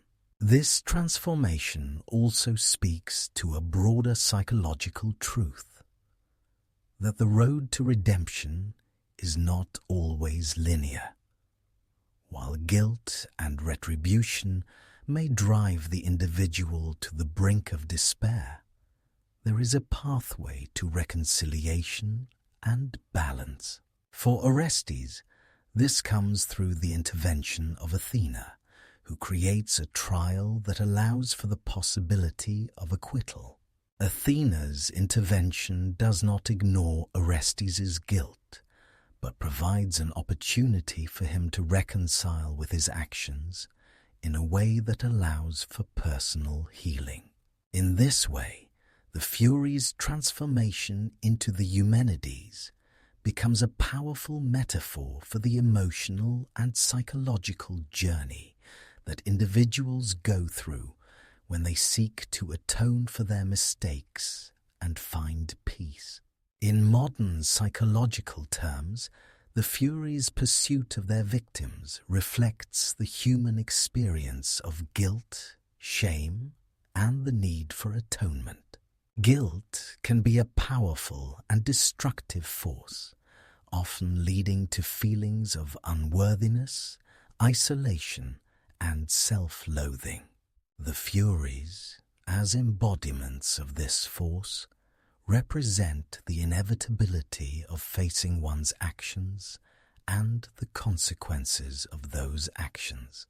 Yet, like the Eumenides, modern therapeutic practices also emphasize the possibility of healing and forgiveness, acknowledging that while guilt can drive individuals to despair, it is also an opportunity for growth and personal transformation. Furthermore, the Furies' role in Greek mythology invites reflection on the moral frameworks that guide human behavior. In their pursuit of Orestes, the Furies are not just avenging a crime, but restoring a moral order that has been disrupted. In this way, the myth of the Furies underscores the importance of moral and ethical responsibility, both to oneself and to society. It suggests that the path to inner peace and external justice requires an understanding of personal accountability and the willingness to make amends for one's actions. The Furies, then, serve as timeless symbols of the psychological and moral forces that drive us to seek justice, to face our guilt, and to work toward personal reconciliation. Their evolution from vengeful agents of retribution to merciful protectors of justice reflects the ongoing human struggle to balance punishment with redemption, guilt with forgiveness. The Furies' legacy continues to remind us that the pursuit of justice is not just a social or legal obligation, but a deeply personal journey, one that requires not only the willingness to face the consequences of our actions, but the possibility of finding peace through atonement and transformation.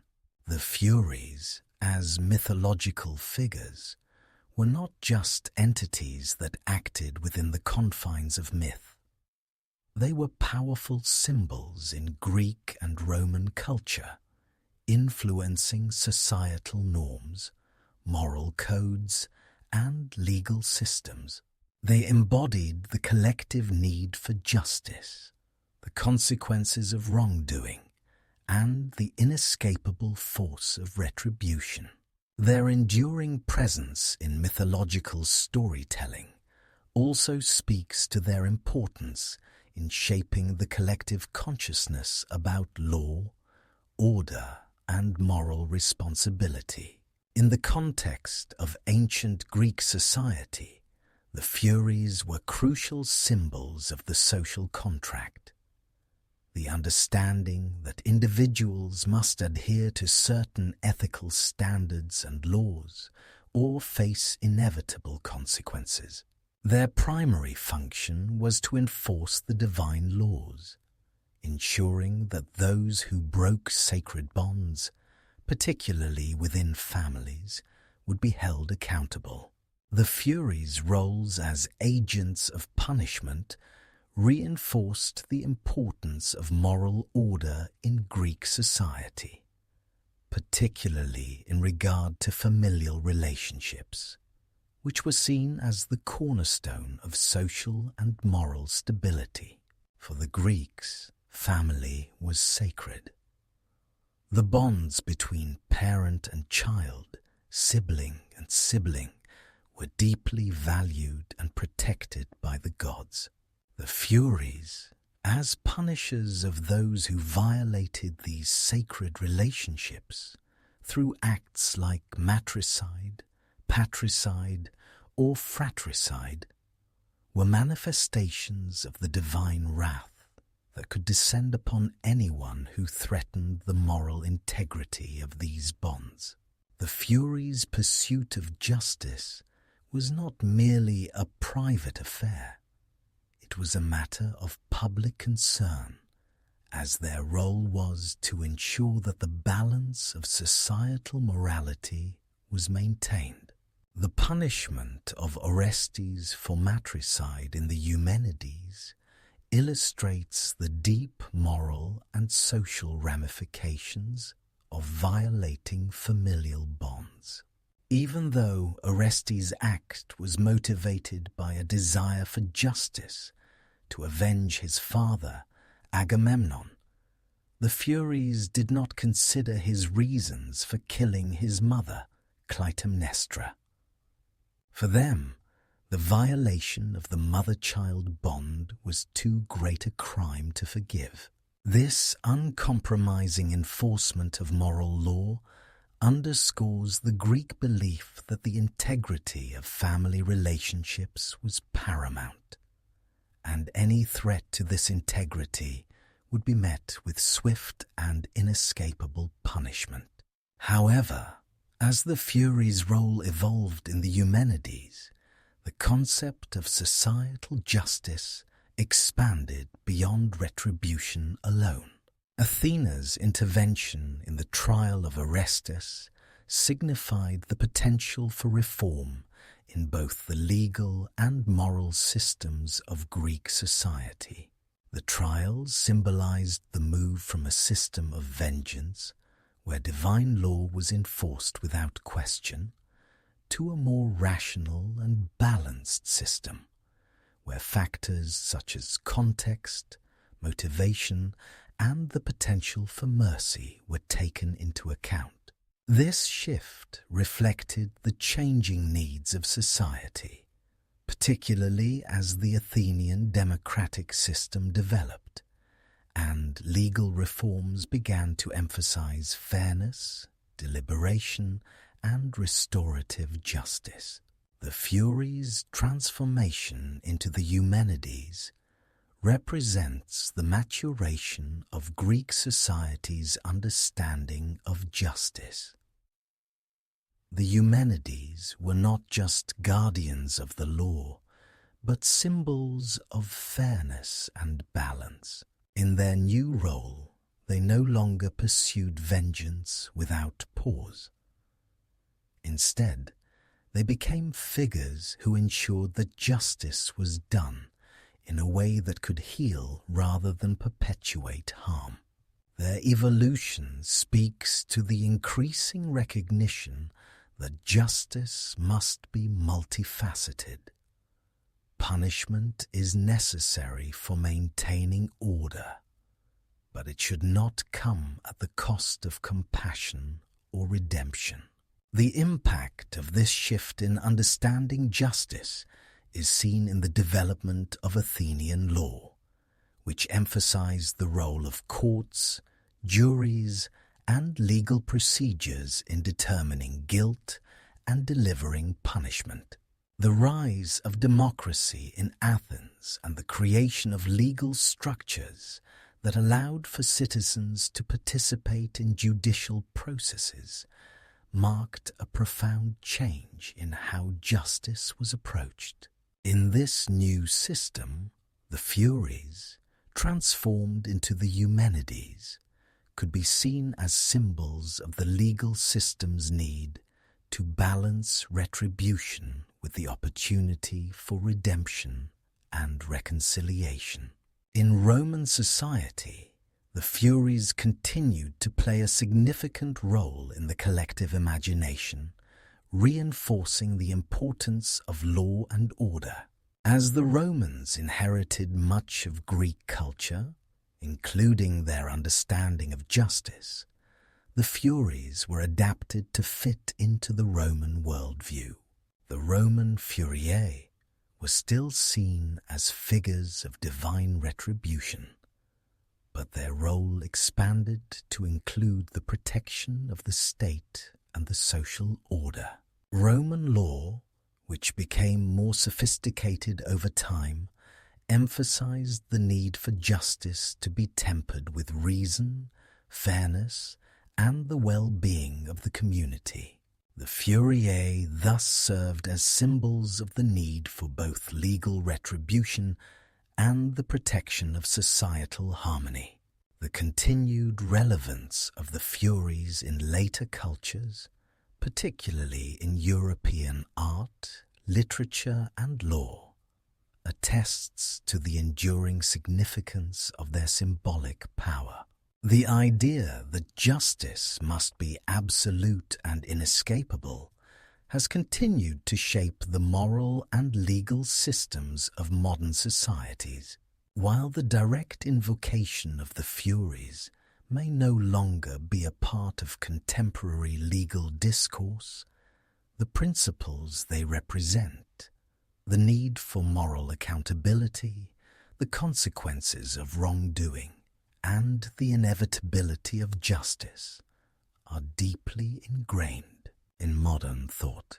In literature, the Furies have appeared as figures who enforce the moral order, particularly in tragedies where characters face the consequences of their actions. Their representation often emphasizes the personal and societal cost of sin, and their pursuit of justice serves as a reminder that no wrong can remain unpunished. In modern storytelling, the Furies continue to inspire figures of retribution, whether they are supernatural beings, psychological manifestations of guilt, or agents of societal justice. The Furies remind audiences that while the forms of justice may evolve, the underlying need for moral balance remains constant. Today, the legacy of the Furies remains relevant as a symbol of the tension between law and morality, punishment and redemption. The question of how societies balance these forces is as central to modern legal systems as it was in ancient times. The Furies' role in enforcing the moral law continues to serve as a reminder that the pursuit of justice is not only about punishing the guilty, but also about maintaining the moral integrity of society, and that a true system of justice must allow for the possibility of transformation and healing.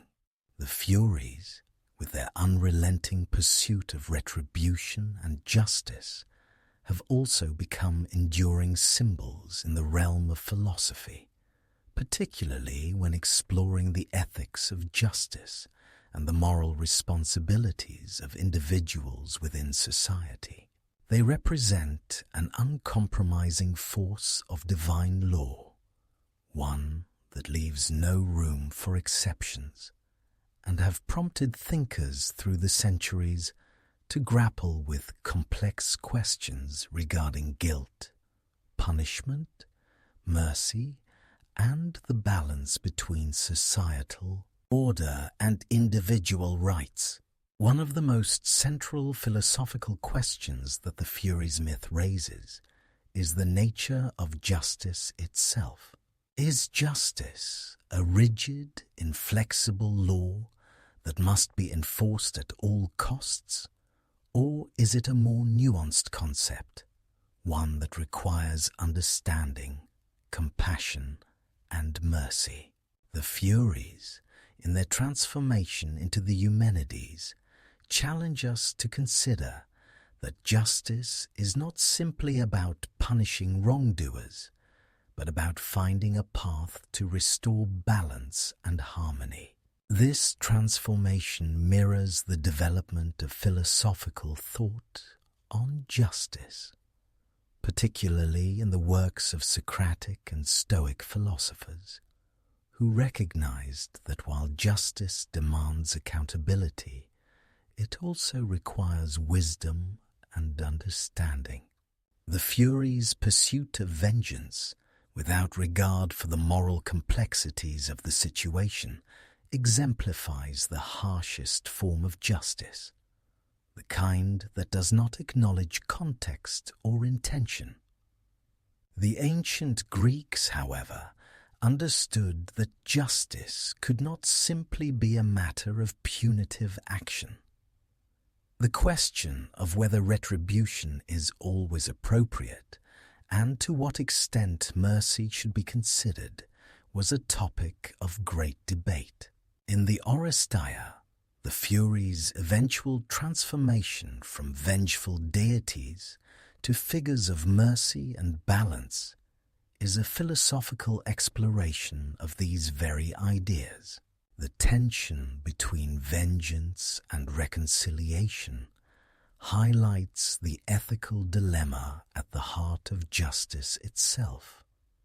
Can justice be truly just if it does not allow for the possibility of forgiveness and redemption? In the works of the ancient philosopher Plato, the tension between punishment and mercy is explored, particularly in the context of moral behavior and societal order. In his dialogue, The Republic, Plato argues that justice is not simply about enforcing laws or punishing wrongdoers, but is a virtue that requires individuals to act in harmony with the greater good. He emphasizes the importance of wisdom, self-discipline, and the role of the philosopher king in ensuring that justice is both fair and restorative. The Furies, in their pursuit of vengeance, represent a kind of justice that Plato might view as overly harsh. A justice that fails to account for the moral complexities of human behavior and the potential for personal growth and redemption. Aristotle, another ancient Greek philosopher, further explored these ideas in his Nicomachean Ethics.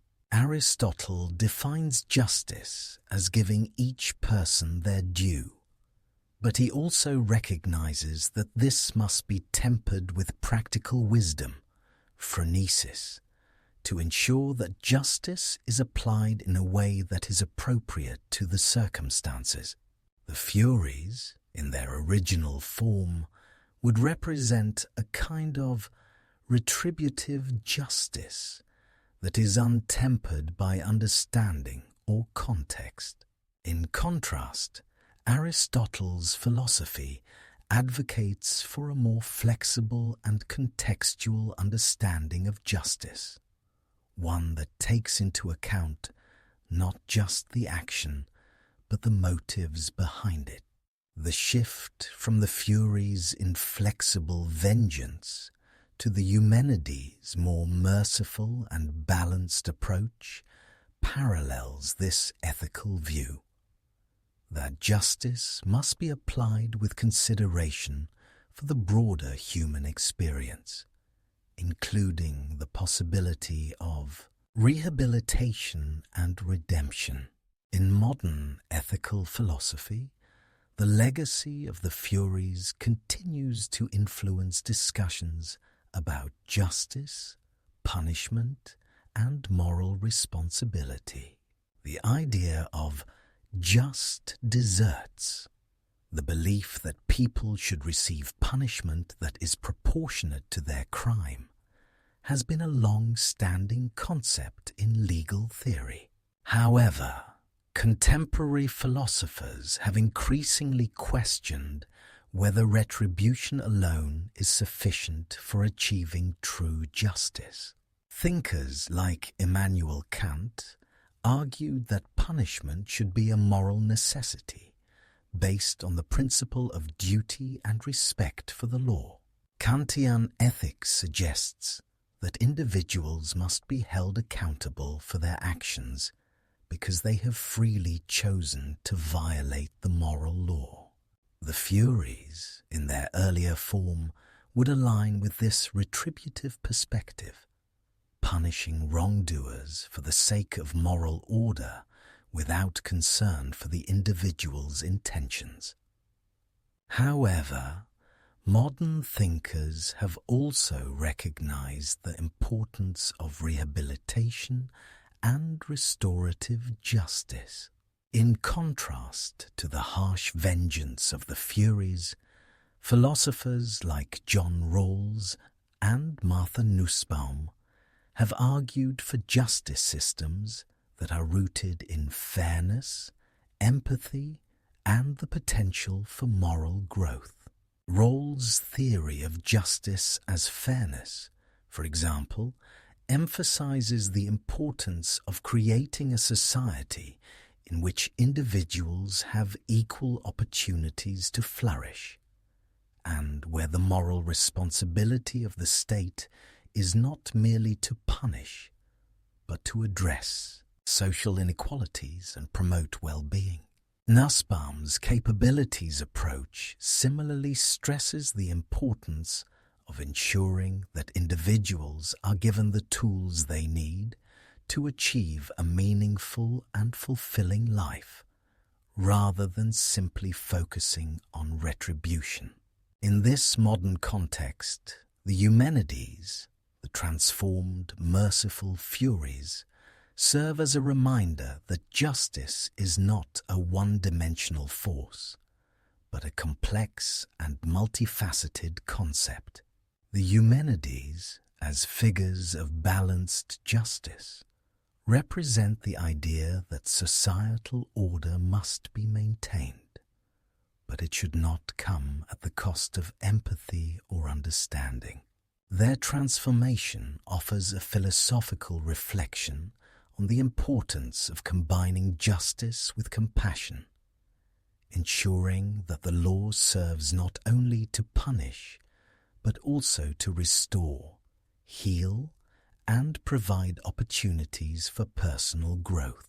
The Furies' journey from vengeful agents of divine wrath to the Eumenides reflects a moral and philosophical evolution, a movement from a simplistic understanding of justice as punishment to a more nuanced view that incorporates mercy, forgiveness, and the possibility of redemption. This transformation mirrors the ethical debates of ancient Greek philosophers, who recognized that justice must be complex, contextual, and rooted in the common good. The Furies' legacy, therefore, is not just a reminder of divine punishment, but a reflection on the deeper, more human aspects of justice, including the importance of empathy, understanding, and moral growth. As we reach the final segment of this exploration into the Furies, we are reminded of their profound influence on how we understand the forces of justice, vengeance, and moral responsibility. The Furies, born from ancient myth, are not just characters who played their part in the stories of gods and mortals. They are timeless symbols that reflect the deepest philosophical and moral questions that humanity continues to grapple with today. From their earliest role as unyielding agents of retribution to their eventual transformation into the Eumenides, figures of mercy and balance, the Furies have represented the complexity of divine law and its relationship with human action. The mythological journey of the Furies speaks to the human experience of confronting guilt, facing the consequences of our actions, and seeking redemption. The very nature of justice, as represented by the Furies, is both absolute and evolving, reflecting the growing understanding of moral complexity. In the Eumenides, we see the shift from strict vengeance to a more merciful and reconciliatory form of justice, one that reflects the idea that the path to true justice involves not just punishment, but healing, balance, and the potential for change. This journey is not just about the evolution of the Furies themselves. It is about the evolution of society's understanding of justice. In ancient Greece, justice was often perceived in a strict, retributive sense, where wrongdoers were punished according to divine laws. However, as Greek society progressed, so did its conception of justice, particularly in Athens, where the development of the legal system and democratic principles began to emphasize deliberation, fairness, and the possibility of mercy.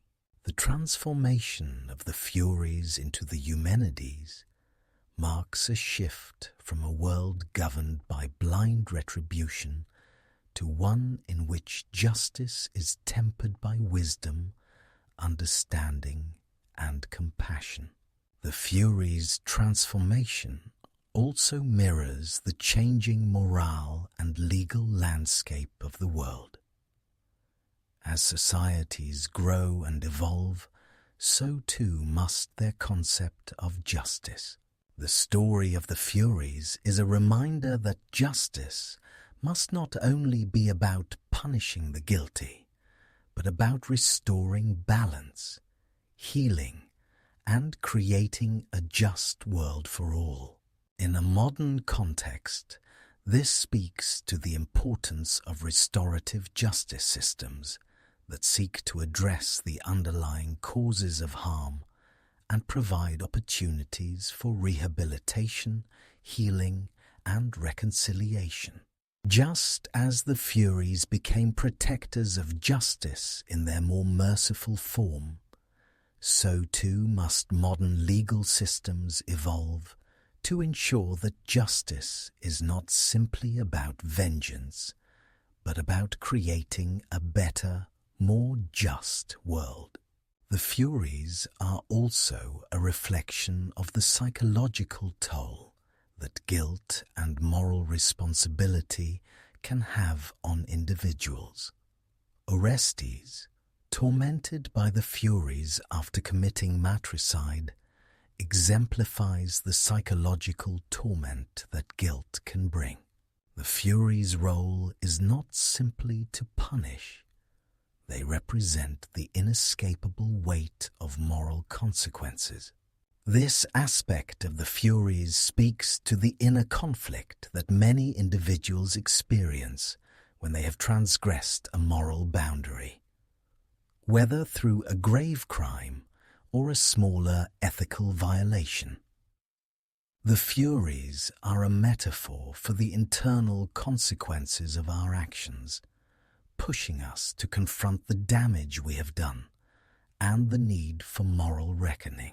Ultimately, the Furies' legacy is a legacy of moral reflection, the complexity of justice, and the constant interplay between retribution and mercy. Their evolution from agents of wrath to the Eumenides, guardians of balance and fairness, symbolizes the need for justice to evolve and adapt, taking into account the multifaceted nature of human actions, intentions, and the consequences that follow. Justice, as the Furies remind us, is not a simple force that punishes wrongdoers. It is a living, breathing concept that must adapt to the circumstances of each case, acknowledging the complexities of guilt, redemption, and societal order.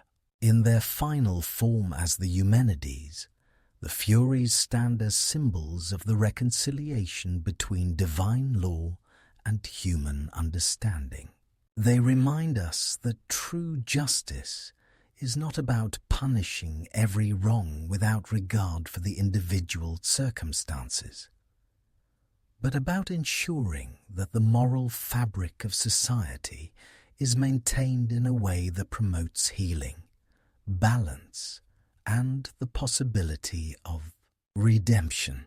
They are both the embodiment of the consequences of wrongdoing and the guardians of the process through which justice can restore order.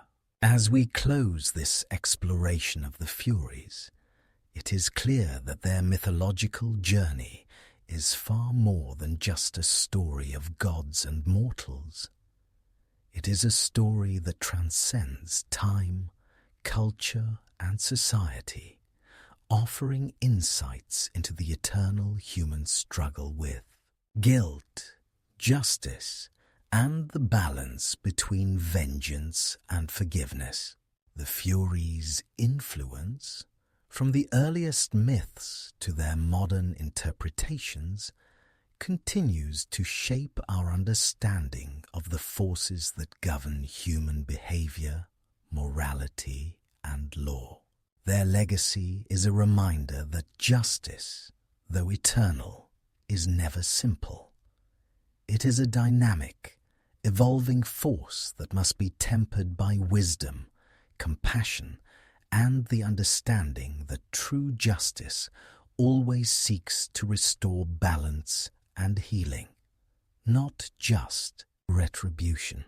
And so, the story of the Furies continues to resonate in our collective consciousness, a reminder that justice, in all its forms, is an integral part of the human experience, one that transcends time and culture and speaks to the fundamental need for moral order and understanding. As we come to the end of our journey through the myth of the Furies, we leave with a deeper understanding of how these ancient figures reflect not only the complexities of justice in the divine world, but also the moral and psychological struggles we face in our own lives. The Furies' story is one of transformation, from vengeance to mercy, from blind retribution to a balanced, compassionate understanding of justice. Their legacy continues to inspire and provoke thought, reminding us that justice is a dynamic force that requires careful consideration, balance, and, above all, wisdom. Whether in ancient myth or modern society, the Furies challenge us to confront the consequences of our actions, the weight of our guilt, and the need for both accountability and forgiveness. May the lessons of the Furies guide us toward a deeper understanding of justice, one that is both fierce and forgiving, one that restores balance in the world and in ourselves. Thank you for joining me on this journey. If you've enjoyed exploring the myth of the Furies, don't forget to like, subscribe, and share your thoughts with us. Until next time, may you always seek balance in your own life, and may justice, tempered by wisdom, guide you on your way.